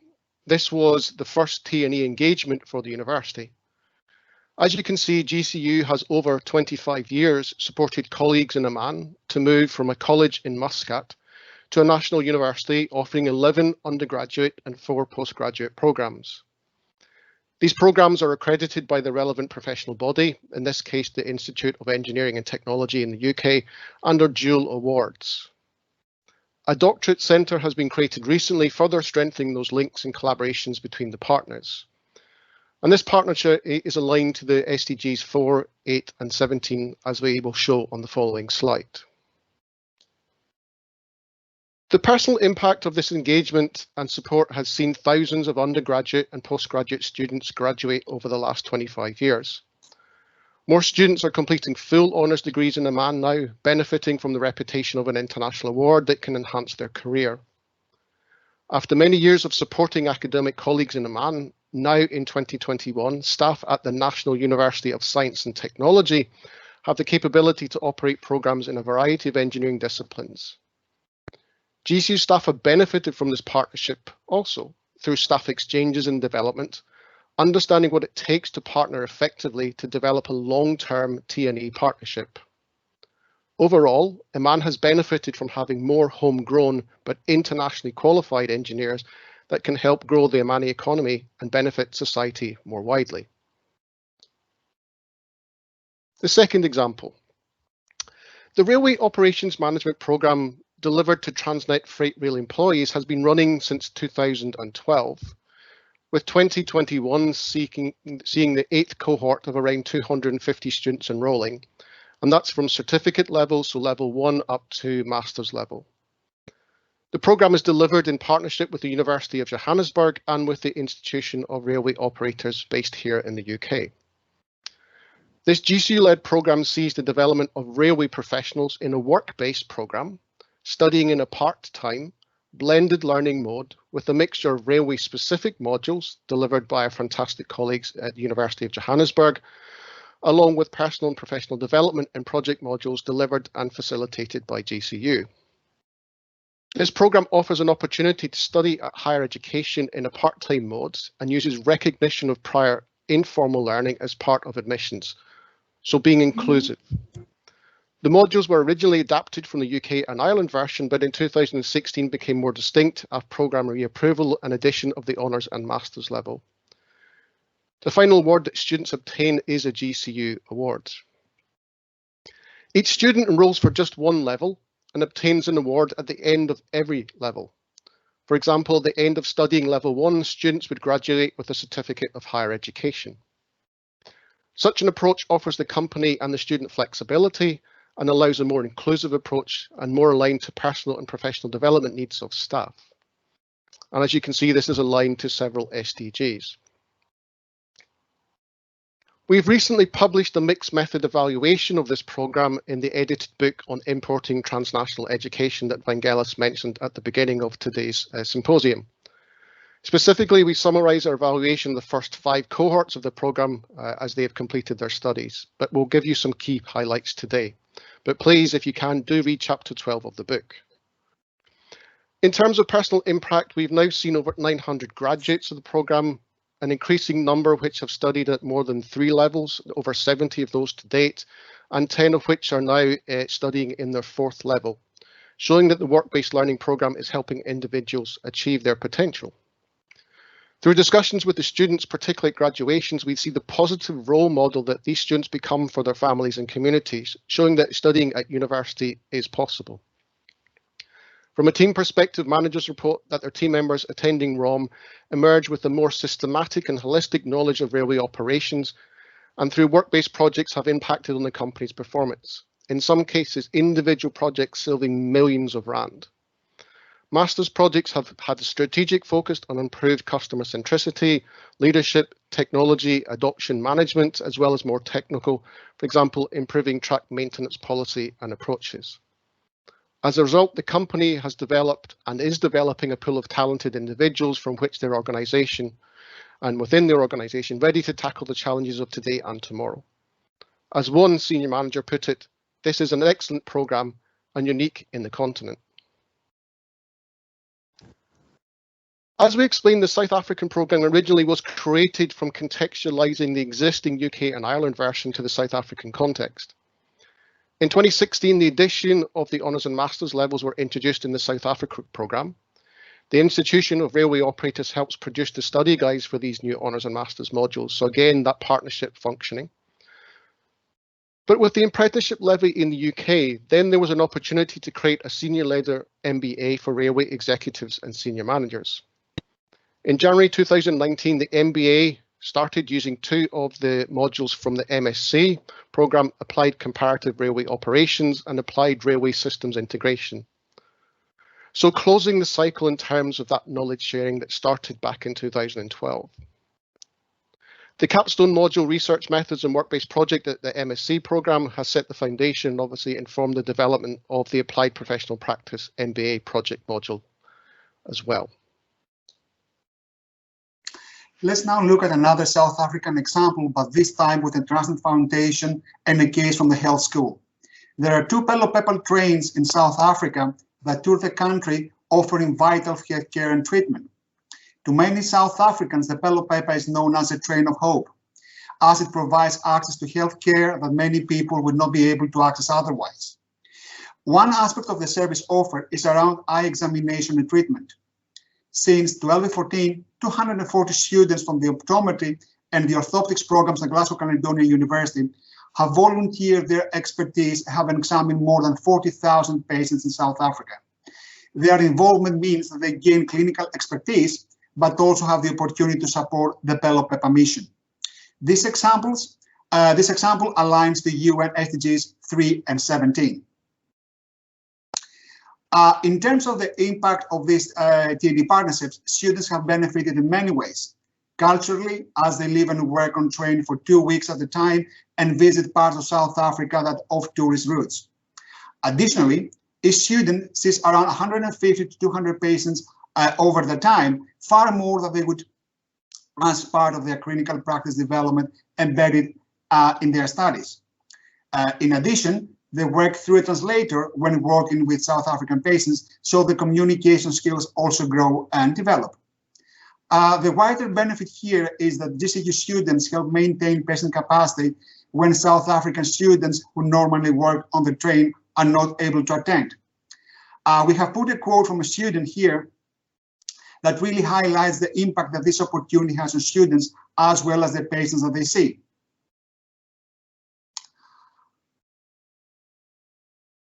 The next case relates to the African Leadership College set up by the entrepreneur Fred Saniker, who wanted to provide a holistic educational experience designed to make students successful entrepreneurs, leaders, and better citizens of the world. Glasgow Caledonian University is a foundational academic partner of the African Leadership College, and since 2015, this partnership has seen students enroll in GCU degrees in business, computing, social science, and engineering be taught in Mauritius by both GCU and ALC staff.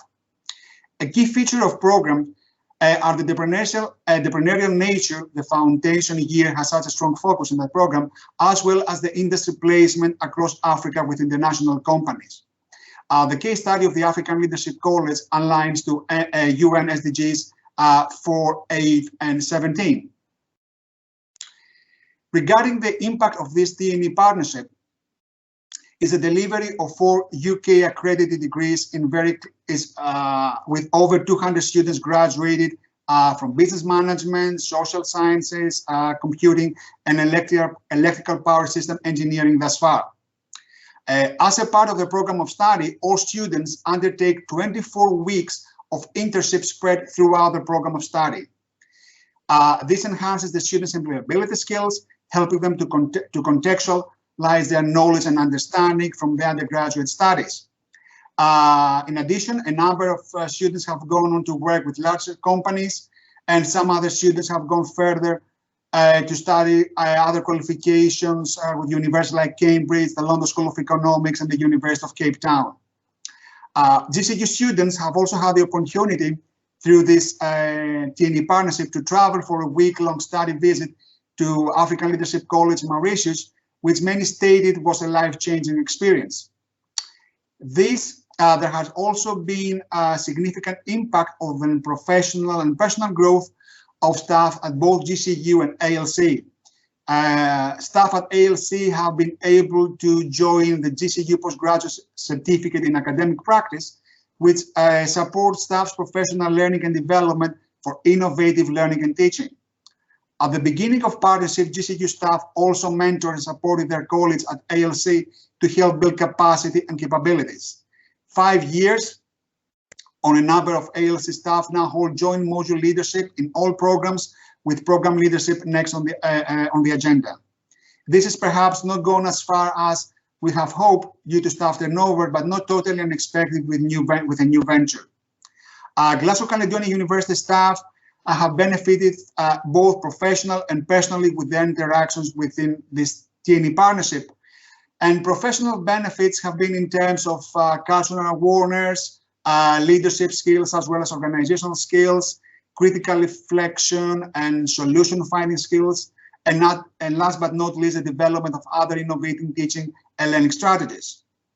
Over 100 GCU staff have so far traveled to ALC Mauritius over the last 5 years to deliver scheduled week-long face-to-face teaching. With this interaction, staff have noted personal development in various aspects such as enhancing confidence, improving problem solving, and further development of the nuances of communication. Staff have also commented on the development of deeper relationships with other departments and services within the university. Coming together in a TNE development team exposed many to colleagues who may not have previously come in contact. Finally, the wider university has also benefited significantly from the step change in the staff's ability to develop creative digital resources for their programs, which stood the departments in good state for the digital pivot necessary due to the global pandemic. So, to summarise the cases that we have shared with you, admittedly fairly quickly, we hope you can see that our TNE partnerships at Glasgow Caledonian University are underpinned by our university values and focus on long-lasting projects that have real social and economic, as well as impacting deeply on the people involved in these partnerships. Also, I hope that you can see that TNE partnerships at GCU are aligned to the UN SDGs. TNE can and should have an impact around access, inclusion, and responding to our global challenges. I trust that you've been seeing that our values and our TNE strategy and how the strategy is applied and implemented have enabled that transformational change to human capital challenges through those partnerships that we talked about and had on the first slide. We'd like to thank you for your attention.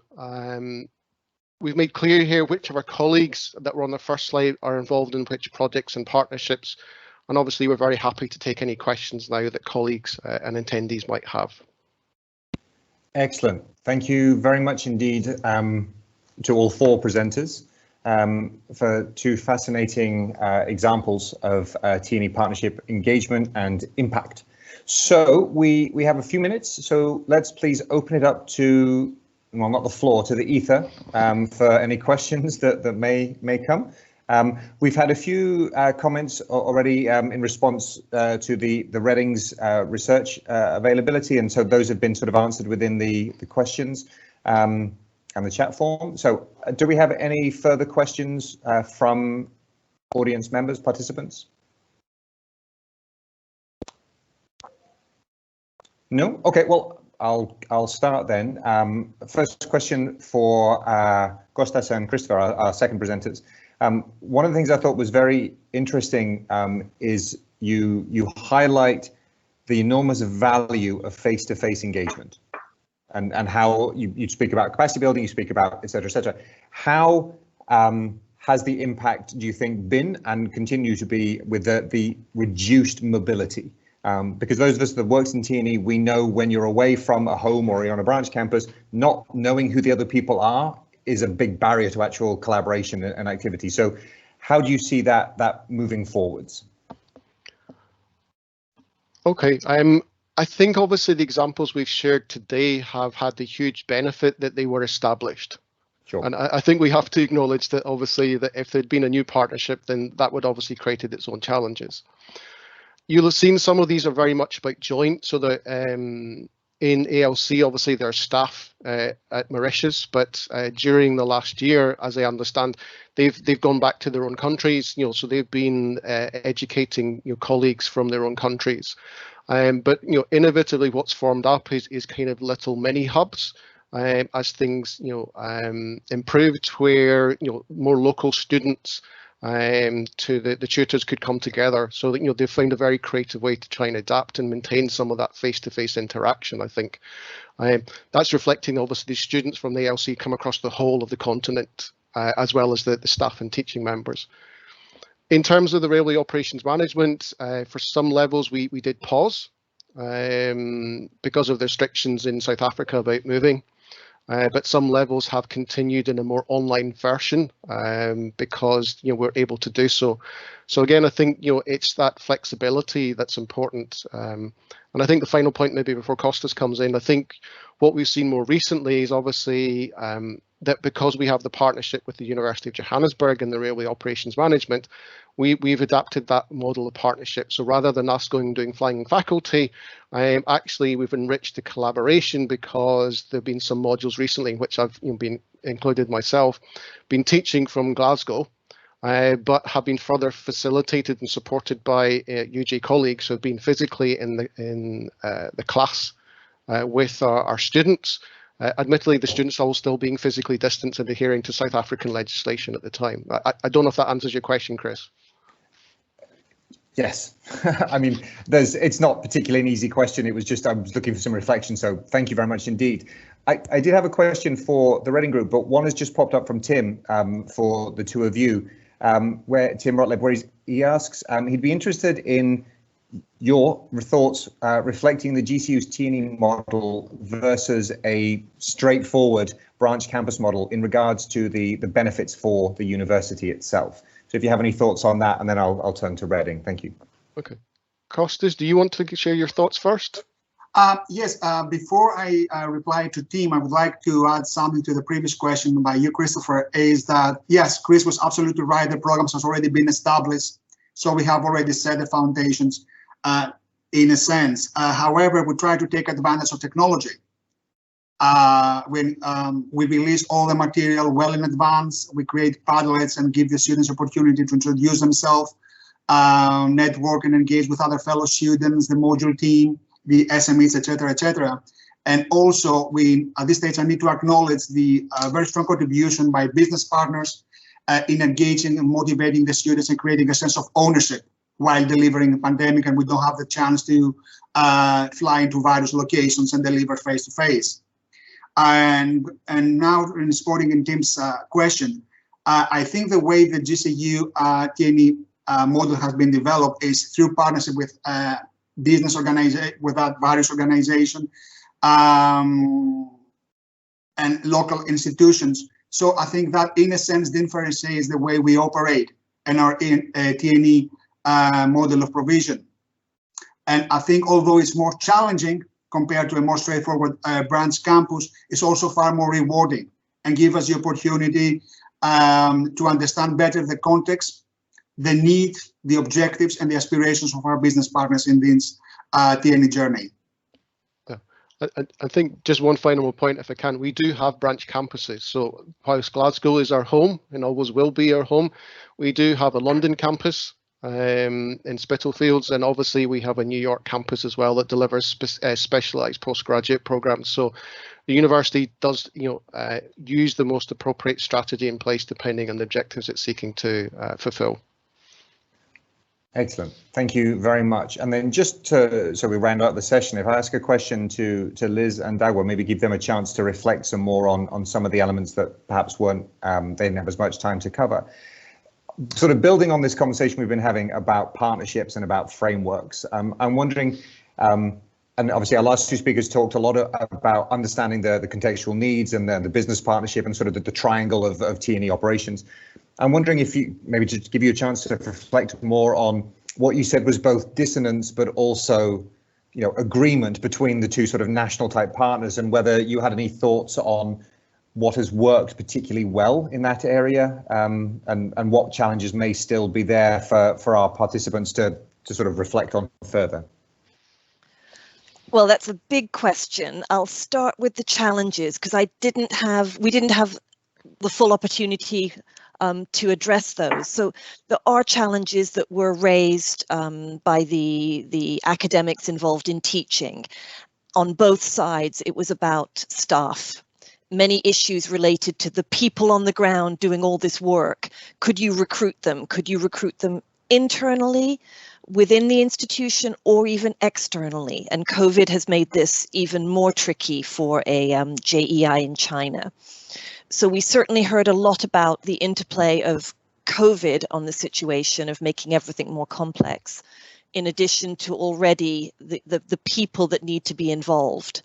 And I've heard in the chat earlier people talking about the training needed, and it's making me reflect that that's an area that always needs further development, is how much training would be advantageous. So I think I've partly answered your question. Maybe Daguo wants to add to that.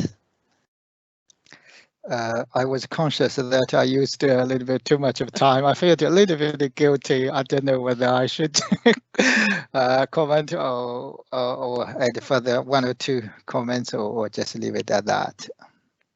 No, please. We have a minute or two. If you have some reflections, please. Sure. Yeah, I think what we have learned from this research project, these views of both obviously leaders, university level, who also were closely involved with the GEI, and also the views of academics. These 2 sets of views, which I think we have heard some of these.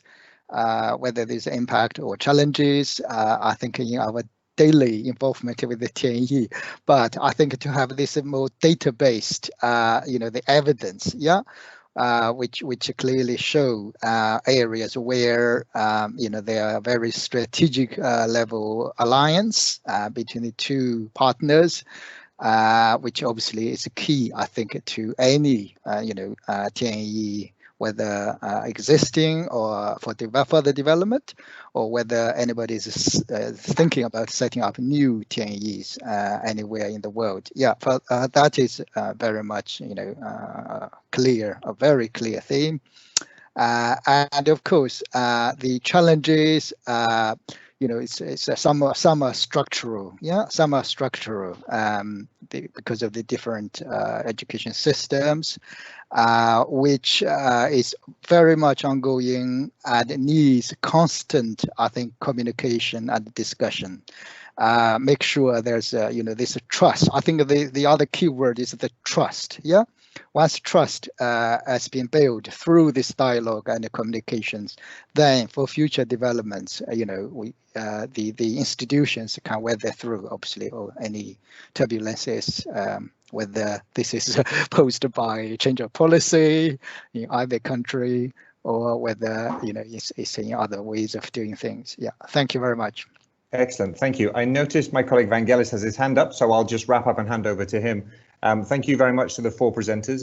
It's always a pleasure to hear about data-driven TNE research, and a shared message that we need stability, we need communication, and obviously established works better, which is both a positive and a negative in the current time that we're living. Obviously, it makes it harder, but it does demonstrate that the collaboration can continue. So hopefully Vangelis's hand was simply a reminder to me about my timekeeping.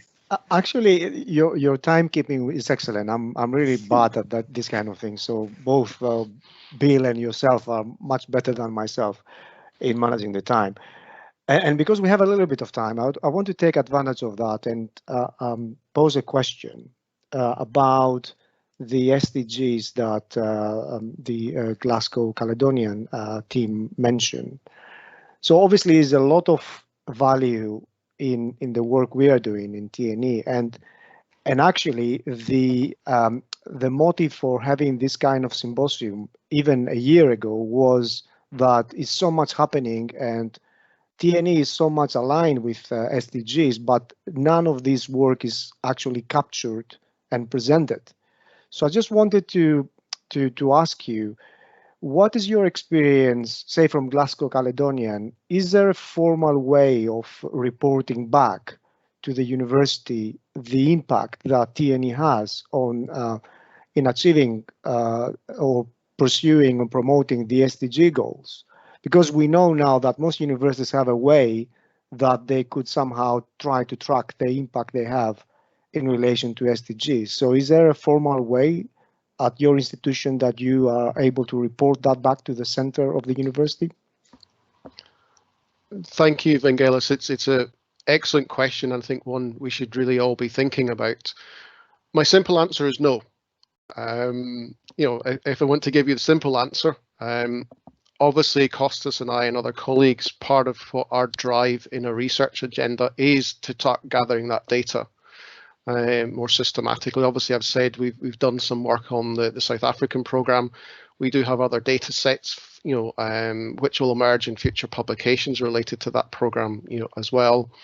We're seeking to be more systematic now, I think, in terms of looking to gather that information. And I think that the university, our new strategy that sort of looks at UN SDGs as an underpinning, will encourage that thinking within our systems and our behaviours.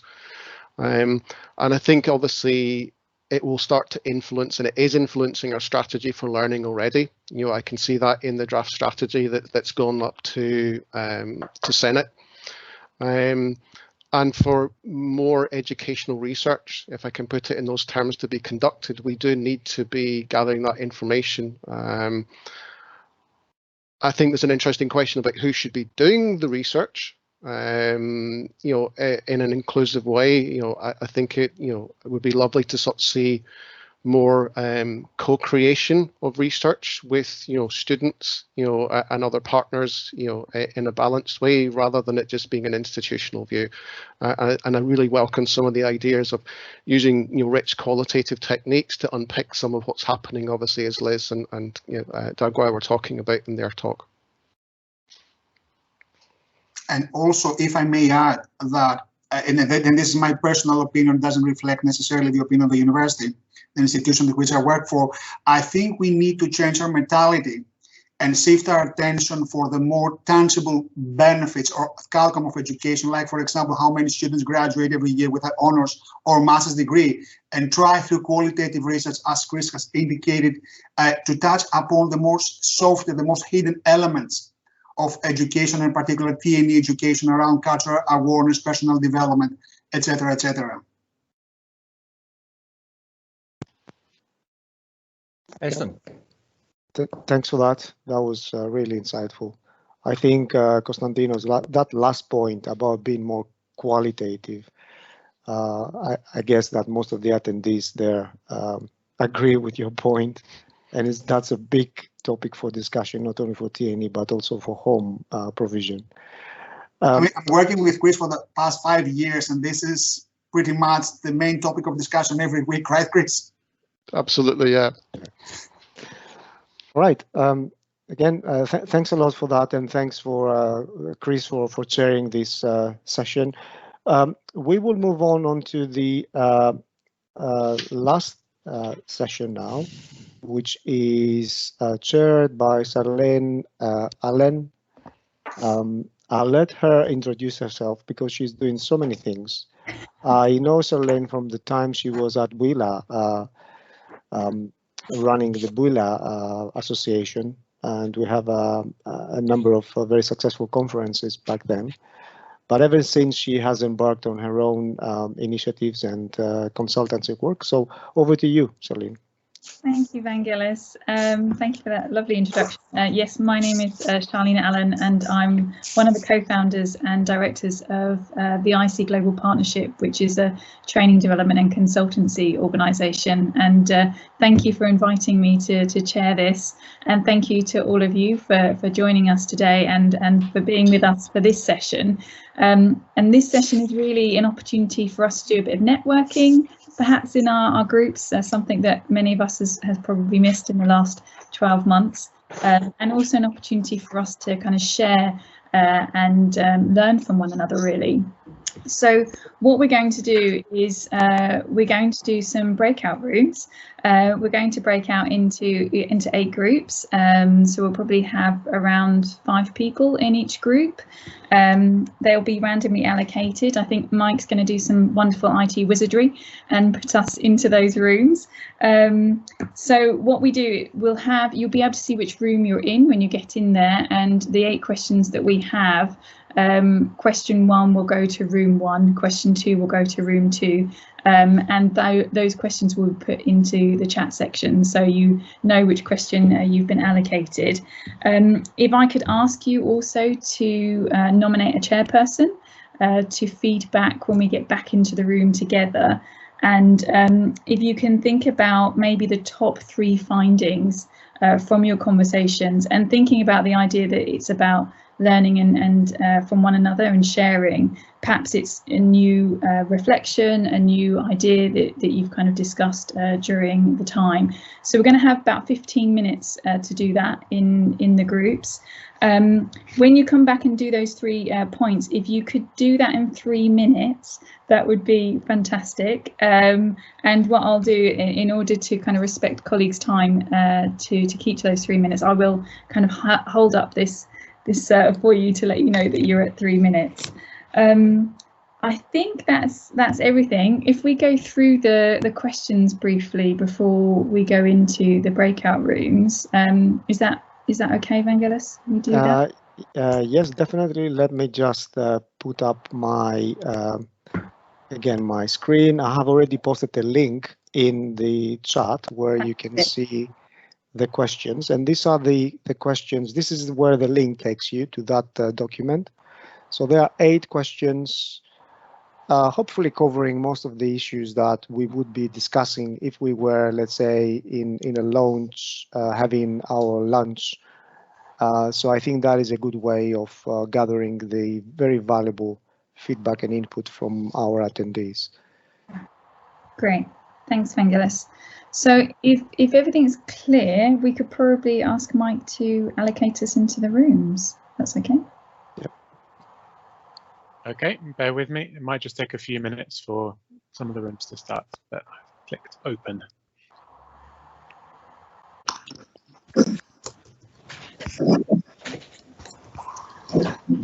Okay.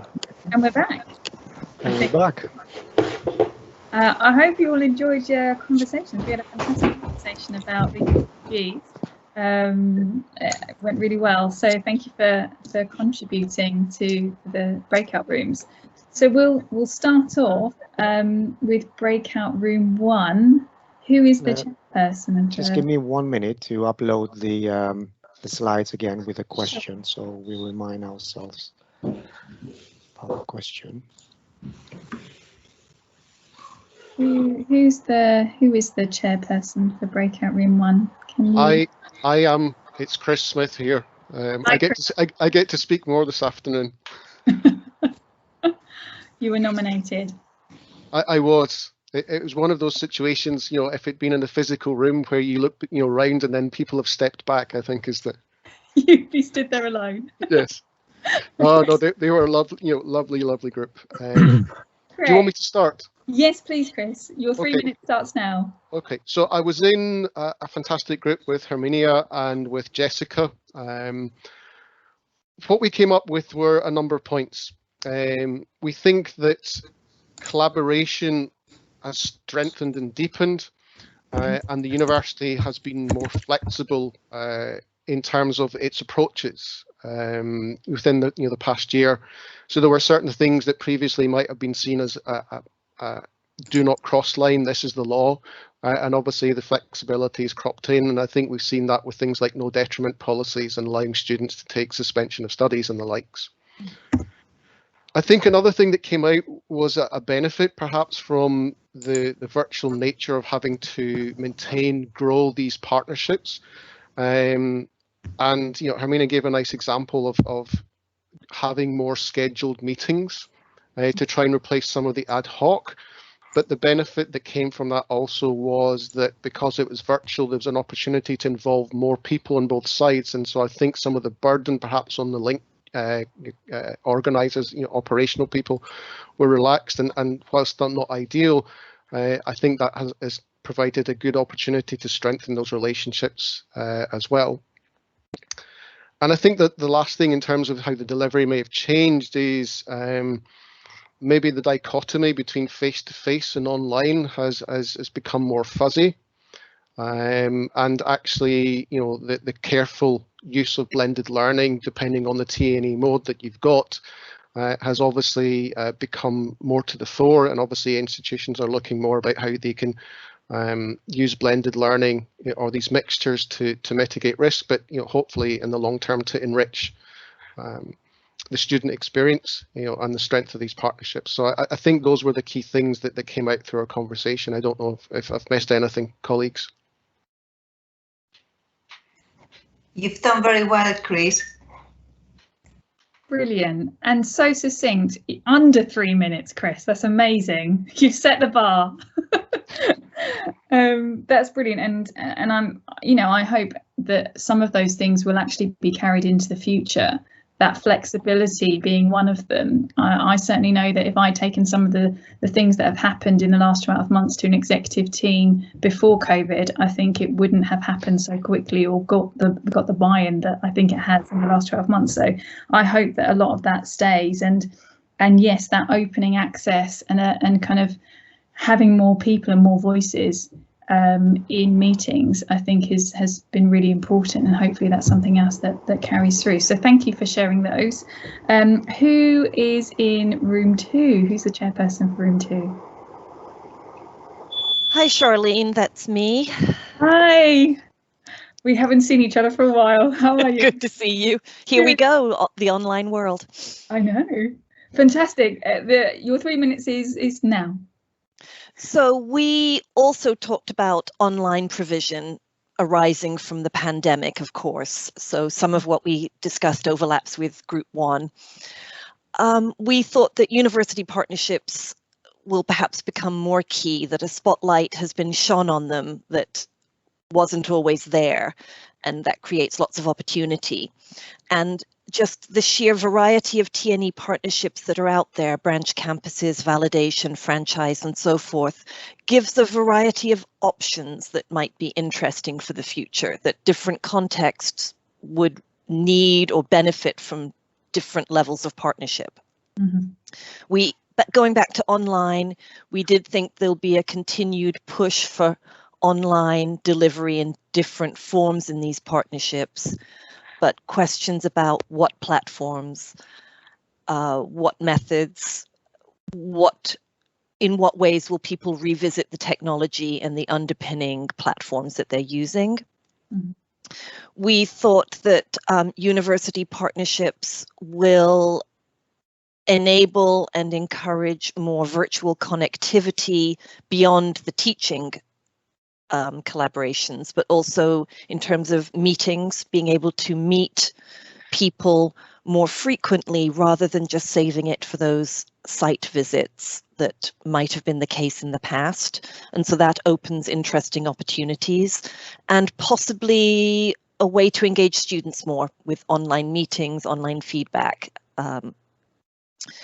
We think that all of this will lead to a need for more investment. Isn't it always that way? But that needs to be said, that university partnerships, like everyone, have been involved in this emergency response to COVID. But if we want to stand back and look at our values and our aims and our goals, that might require investment for it to meet those aims and goals. And that's it. I forgot to say who my colleagues were. It was Alan, Stephen, and Vlasios, and I think they've all left. So I was the one left standing. Thanks, Liz. That's really helpful. Thank you. And also in time. So that's great. Yeah, I mean, I think institutions have invested quite heavily in their IT infrastructures, obviously in the last 12 months. But I agree that needs to continue, especially if we see a more blended approach to the delivery models. And the idea of frequency of meeting people, I think kind of reflecting on how much can be done online before you go and meet somebody physically, or vice versa. And there's something that at the IC we call the serendipity gap, and that serendipity gap is not happening at the moment because you're not going to a conference and meeting another academic colleague and kind of talking about what you do and saying, oh, that's something that we could work on together. So it's kind of how do you create that in a virtual world as well, I think, which is important. Thank you for sharing that. I think Gordon's going to represent room 3, as he had both Vangelis and I. So we thought Gordon would be best. Gordon? Hooray for default. Okay. Okay, so ours was topic 3. How do we demonstrate impact in TNE post-COVID-19 in relation to the SDGs? This was a very interesting conversation, and actually we started off first by recognizing the difficulty in actually, for example, measuring and gathering data to do with SDGs.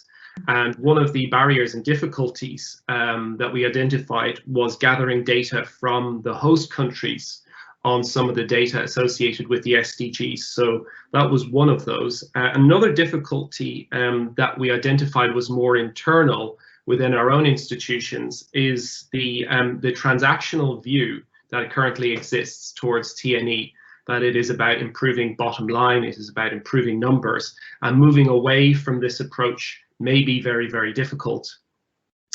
Another difficulty we also identified was the tendency towards the current perhaps socio-political environment to potentially to move some of the objectives towards SDGs out of the way. In other words, they will shunt aside the focus that we currently have on SDGs towards more perhaps populist things that are going on around us in the media and elsewhere. So this is a danger that we identified. An additional thing we discussed, we talked a little bit about, sorry, let me just grab my notes here. Yeah, another difficulty was about having to convince people at our institutions about the importance of the SDGs.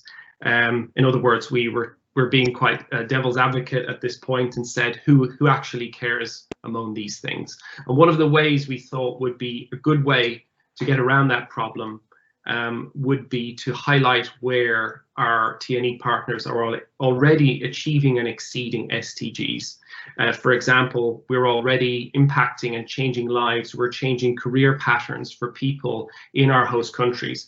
People are able to access affordable education that maybe otherwise would be unavailable to pay for a UK education, or those from other backgrounds that may not otherwise be able to access these kinds of educational pathways. So I think that was the important thing, and also the development of cultural intelligence and a global mindset. These are other things that we are currently doing through our TNE partnerships that also align with the SDGs. And I think the conclusion we were making of this was we need to champion this more, we need to speak about it more, we need to make others in our institutions aware.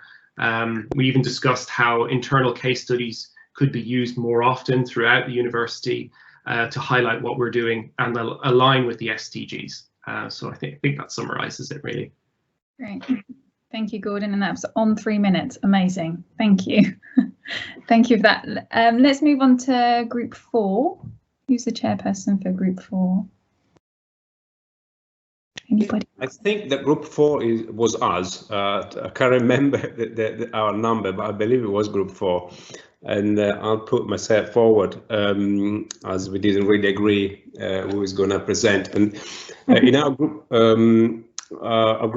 there were 3 people, 4 people, Sarah from Oxford Brookes, Anna from King's College, and Claire from Nottingham Trent. And I'm Fabrizio from ECTIS, what used to be UK NARIC. So we had a good discussion on the extent to which we believe TNE partnerships should engage with the local industries and local community to sustain sustainability. And of course, this is a very broad question, and the simple answer was yes, they should.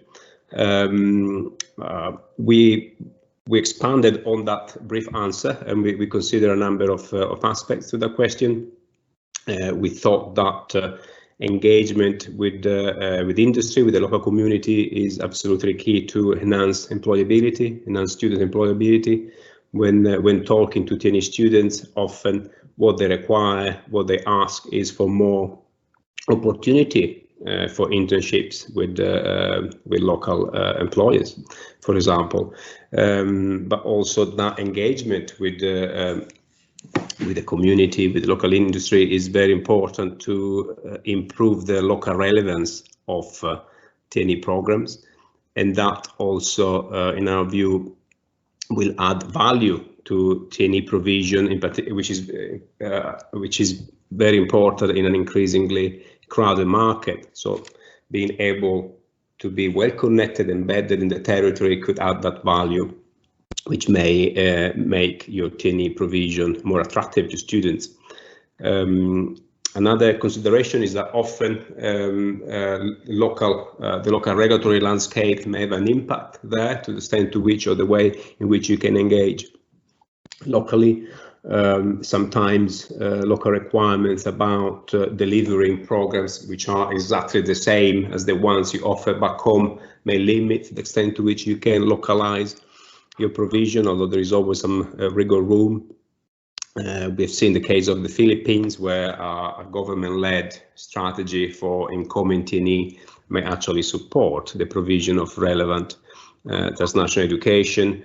And then the strength of local partners, to conclude. Often, at least in my particular experience, I've seen how successful TNE partnerships are often those where the local partner is very well embedded in the territory, and often TNE providers use that criteria in order to select which local partner to engage with in TNE operations. So we didn't get into the second part of the question, which is to provide concrete examples. I think we needed a bit longer to discuss, but yes. Brilliant. That's all from me. Thank you, Fabrizio, for that summary. I think the local relevance that you mentioned is really important. It's the kind of what is the mutual benefit of TNE, not only for the institution that is supporting it, but actually what impact it has on the local economy, and certainly employment within the area, and that link into industry, I think, is really important to show impact, but also for the students and what they're really getting from the experience of TNE. So thank you for sharing that. Group 5, who is the chairperson for Group 5? Hi, Charlene. I think I've been appointed for that honour. So yes, I'm Eduardo Ramos. I'm head of transnational education at UUKI. I was in a very good group with Joe and with Griff, and we had a wide-ranging discussion on the question on screen. I think our initial thoughts were that there are already a number of initiatives in this space in which students can transfer credit from one institution to another. The Erasmus Mundus joint masters and PhDs were mentioned as one initiative at the European level. We also mentioned that online learning, the pivot to online learning that has taken place in the last year, could act as an enabler for this. There are certain shared understandings now across higher education systems that could be used to develop models for transfer of credit from one institution to another. However, the big issue that we raised was related to quality assurance and trust in each other's accreditations and teaching and learning practices and so on. How to generate enough trust in each other's credentials so that there would be a framework that would allow a student to pick and mix courses from different institutions towards one final or single accreditation. I think we understood that at the international level there are good overarching systems like the convention from UNESCO on recognition of higher education qualifications and different quality assurance networks around the world. And at the institutional level, there are also one-to-one agreements that lead to different models. But it's that middle ground that is missing. It was mentioned that to fill that middle ground, networks of institutions could play a defining role. For instance, Universities 21 and the like. That this could be a way forward to pilot that type of model. With regards to the second half of the question, the sustainability model, we talked about the student perspective. So here we came to understand that higher education is a positioning good, and is the higher education system, especially in the UK and the US, is a highly stratified system. So a system of credit recognition is based on trust and on the understanding that the other's positioning is similar to our own. And definitely this would be probably simpler to implement in a system that was more equal and less stratified. There was also a sense that students may miss the sense of belonging that they have to their education institution of attachment. And this is important for students to have a community that they can relate to, and how you replicate that in a network of institutions. And finally, there's a very interesting point raised about the if this is externally imposed, if it's an overarching framework imposed from either a government or a consortium of governments, there's a risk that this would be seen going in the direction of consumerization of higher education, basically to try to increase the role of the student as a consumer that can pick and choose from a range of institutions or courses, and therefore towards even more marketization of higher education and more competition rather than more collaboration. Thank you, Eduardo. Thank you for that.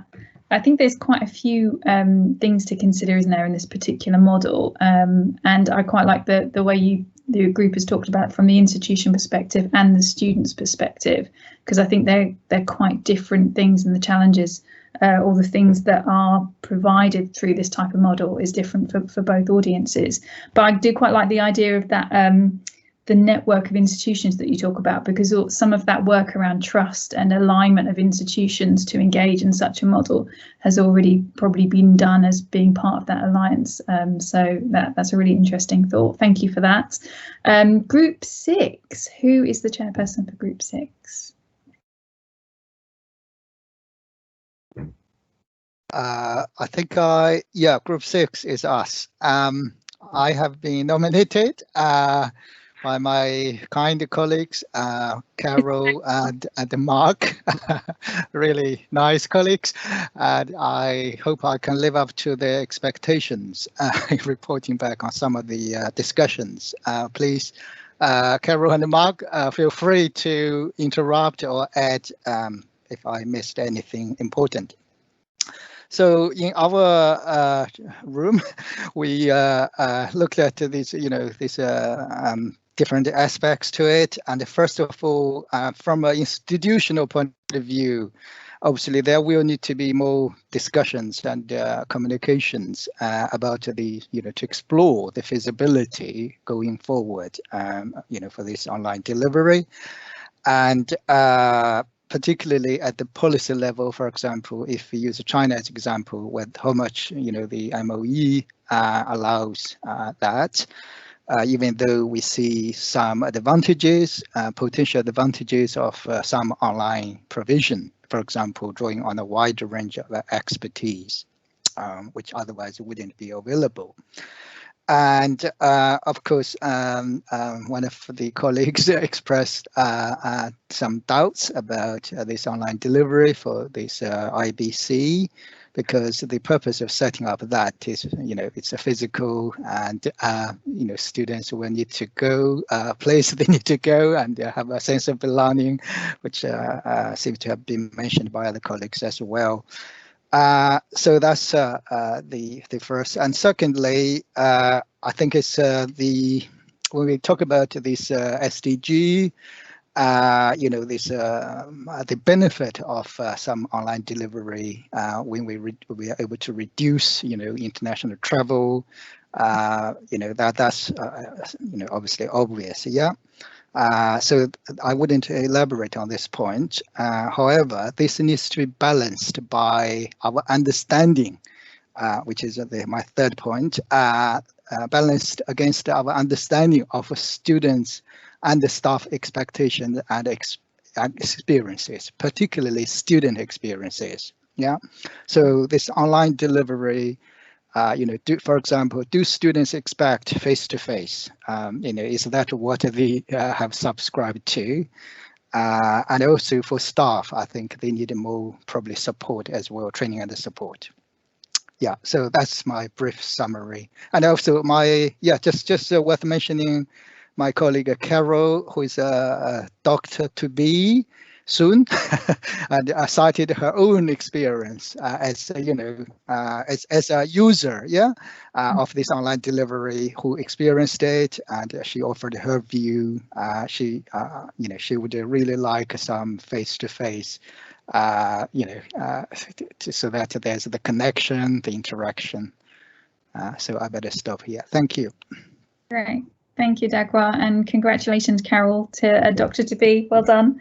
Thank you for sharing that. I think it's an interesting one, isn't it? The online learning model creates access, I think, that obviously face-to-face doesn't always allow. So more students can access higher education with online, but it's how do you create an experience? And I think a lot of students do go to institutions for that student experience, and certainly international students, you know, traveling around the world, that cultural experience. How do you translate that when you're doing an online program? That I think that's really important as well to think about. Thank you, Daguo. Group 7. Who is the chairperson for Group 7? Hi, Charlene. Unfortunately, Group 7 didn't get started. There was one active member who I then reassigned into another group. Okay, so we'll skip 7 and we'll go to 8. Thanks, Mike. Who is chairperson for 8? Hello. Hi, David. Yeah, hi. So Group 8 was rather small. Group 8 was myself and Tim, who we heard from earlier, who was a presenter from Germany, and I'm going to give some thoughts about this question. Great. So let me introduce myself first. My name's David Law. I retired several years ago, but I've been persuaded to come back into a role. I'm now Academic Director for Global Partnerships, Keele University. And I go back quite a long way, and I'll say something about that, if I may, towards the end of these remarks. First thing, obviously, is that TNE has huge variety within it. So when we ask about the sustainability of TNE as an internationalization strategy, I think we have to recognize the complexity of TNE.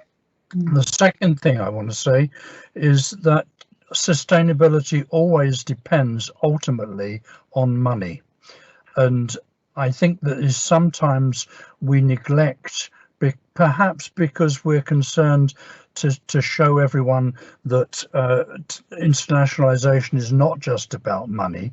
We neglect the discussion of money, but ultimately, if we're talking about sustainability, it must be the case that the financial benefits have got to be higher than the financial costs, and otherwise these partnerships disappear.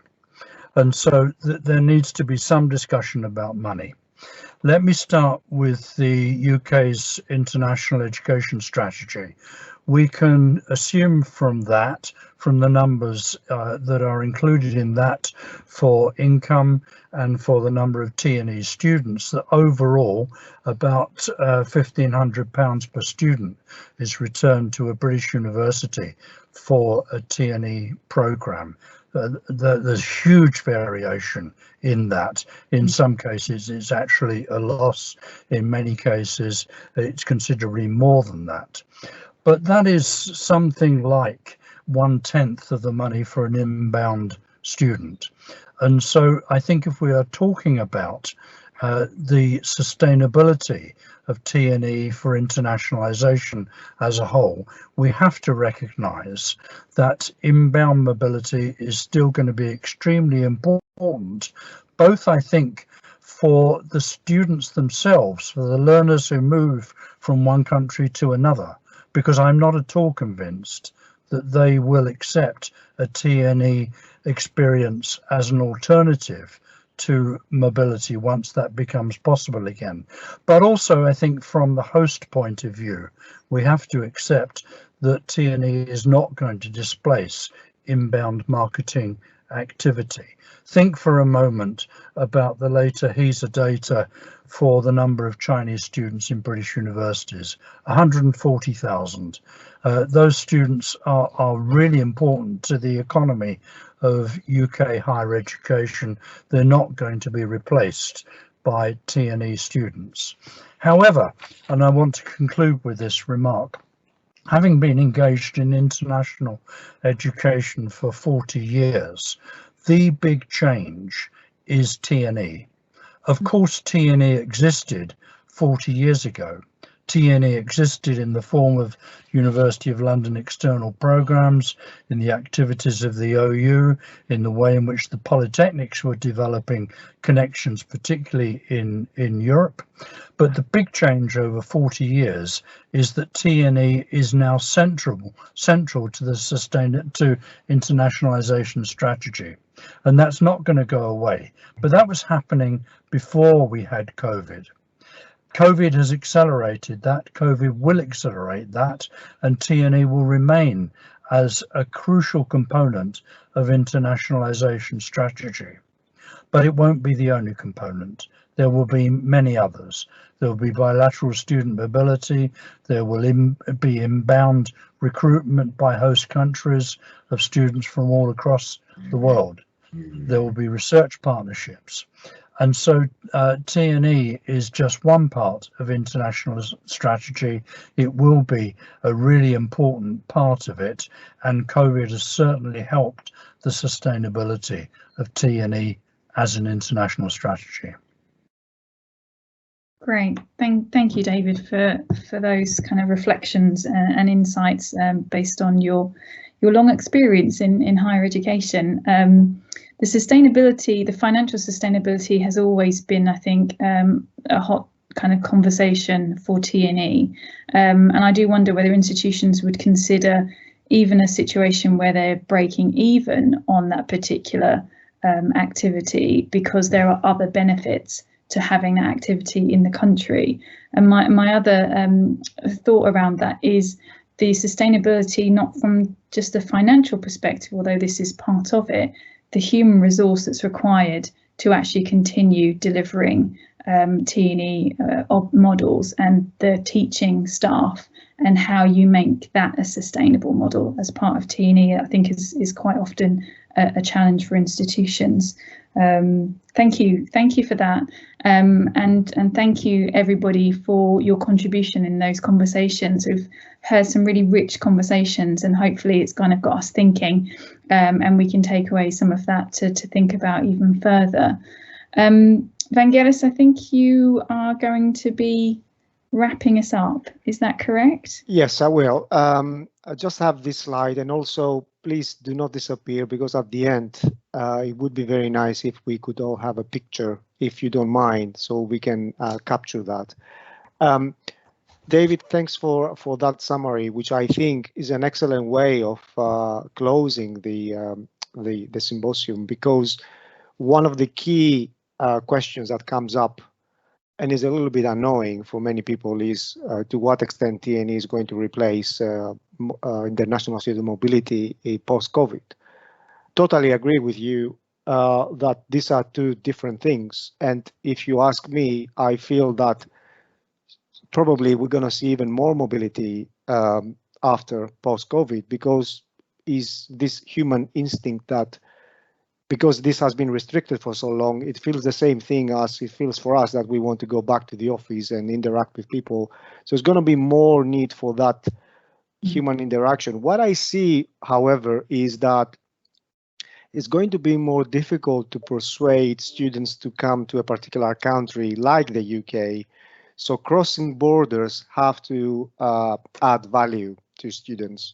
So international student mobility has to be focused more on the value added experience rather than simply this transactional aspect that used to be the case before. So I feel the same thing with you, but I would also say that universities have to try harder now to persuade international students to choose their country versus other countries, because now we have a range of options available for them. Also, I think what emerged from today's discussion is a challenge and also an opportunity for TNE. As David also said, TNE has been around for many years.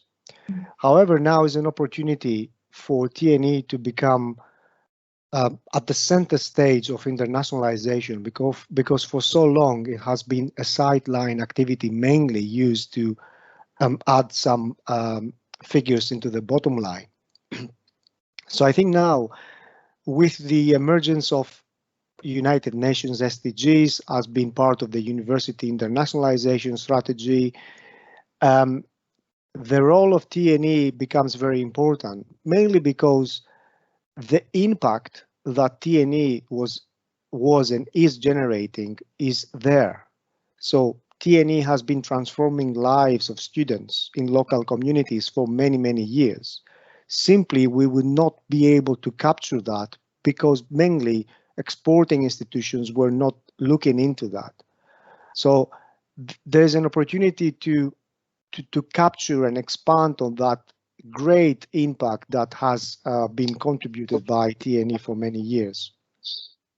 Also, I think TNE is the vehicle that could help higher education to survive and overcome any regional issues and obstacles like waves of nationalism, populism, constraints, all sorts of different things that happen on the ground. TNE is a way to enable higher education, universities, academics, and students to pursue what they know adds value to their experience, which is this internationalization aspect of higher education.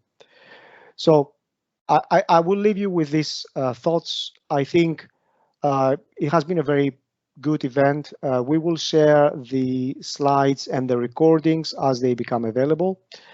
I will also invite you, if you have not done that already, to register in our TNE Hub. You can either go to our website or to our LinkedIn group, or you can go to both. And we will keep you posted, obviously, to remind you that we have the upcoming event on the 21st of April for research students. And at this point, if you don't mind, I would like you to switch on your cameras for a minute so we can take a screenshot.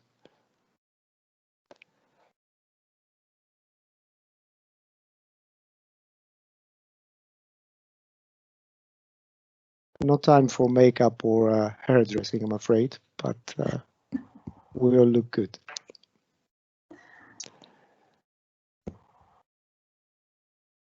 Is that okay, Mike? Are you taking this? We are taking this. I'm not sure who's.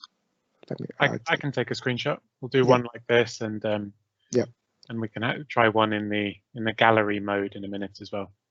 All right.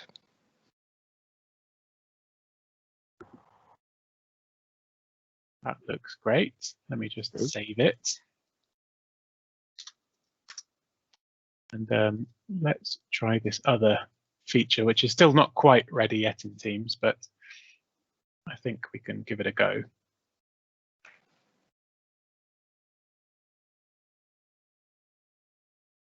Here we are in a lecture theatre. Everybody smile. Take another photo. Fantastic. Excellent. Right. Once again, thanks to everybody who attended. Many thanks to our presenters, chairs, particularly to Charlene, who did an excellent work in that challenging last one. So many thanks again, and looking forward to see you again soon. Bye, everyone. Thank you. Thank you. Thank you. Thank you. Bye. Bye-bye. Thanks, everyone. Excellent. Thank you. Bye. Thank you. Thanks.